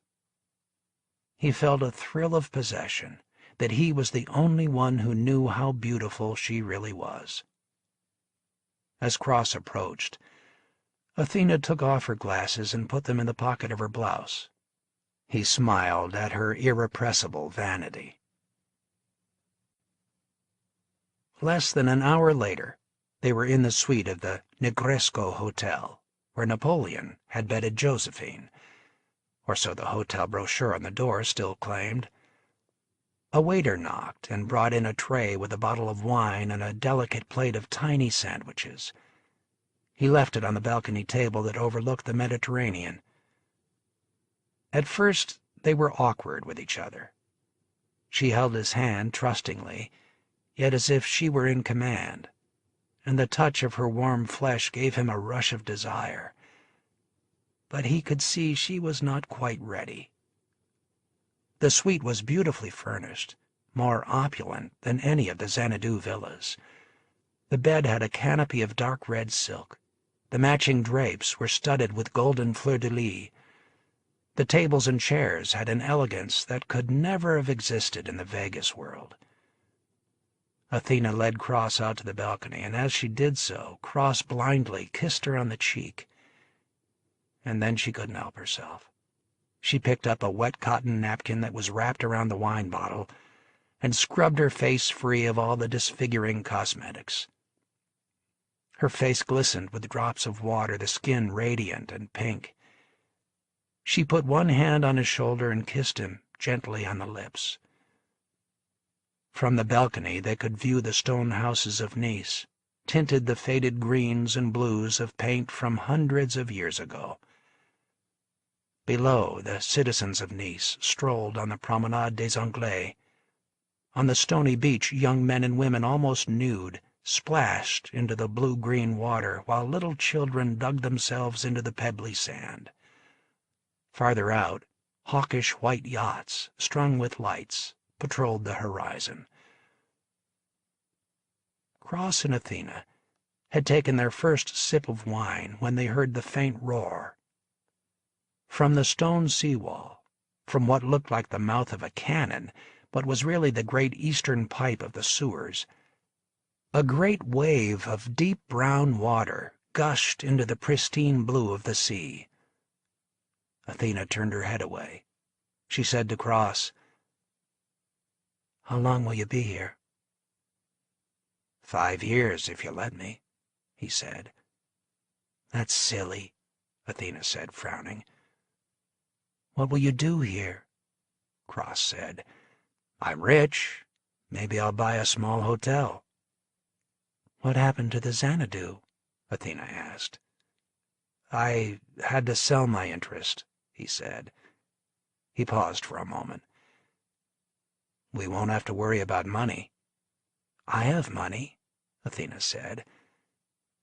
"You have to understand. I'm going to stay here for 5 years, and then I'm going to bring her home. I don't care what they say. I will never put her back in an institution. I'll take care of her for the rest of her life. And if anything happens to her, my life will be with children like her. So you see, we can never have a life together." Cross understood her perfectly. He took a long time to consider his answer. His voice was strong and determined when he said, "Athena, the only thing I'm sure about now is that I love you and Bethany. You have to believe that. It's not going to be easy, I know that, but we'll try our best. You want to help Bethany, not be a martyr. For that, we have to take a final jump. I'll do everything I can to help you. Look, we'll be like gamblers in my casino. The odds are stacked against us, but there's always that chance to beat the odds." Cross saw her weakening, so he pressed on. "Let's get married," he said. "Let's have other children and live our lives like normal people. With our children, let's try to make right what seems wrong with our world. All families have some misfortune. I know we can overcome it. Will you believe me?" Finally, Athena looked at him directly. "Only if you believe I truly love you," she said. In the bedroom, when they made love, they took each other on faith. Athena believed that Cross would truly help her save Bethany, and Cross that Athena truly loved him. When finally she turned her body toward him, she murmured, "I love you. I really do." Cross bowed his head to kiss her. She said it again. "I truly love you." And Cross thought, what man on earth could disbelieve her? Alone in his bedroom, the Don pulled the cool sheets up to his neck. Death was approaching, and he was too wily not to detect its nearness. But everything had worked out according to his plans. Ah, how easy it is to outwit the young! During the last 5 years he had seen Dante as the great danger to his master plan. Dante would resist the folding of the Claracuzio family into society. And yet, what could he himself, the Don, do? Order the killing of his daughter's son, his own grandson? Would Giorgio, Vincent, and Petey obey such an order? And if they did, would they think him some kind of monster? Would they then fear him more than they loved him? And Rosemary, what would remain of her sanity then? For surely she would sense the truth.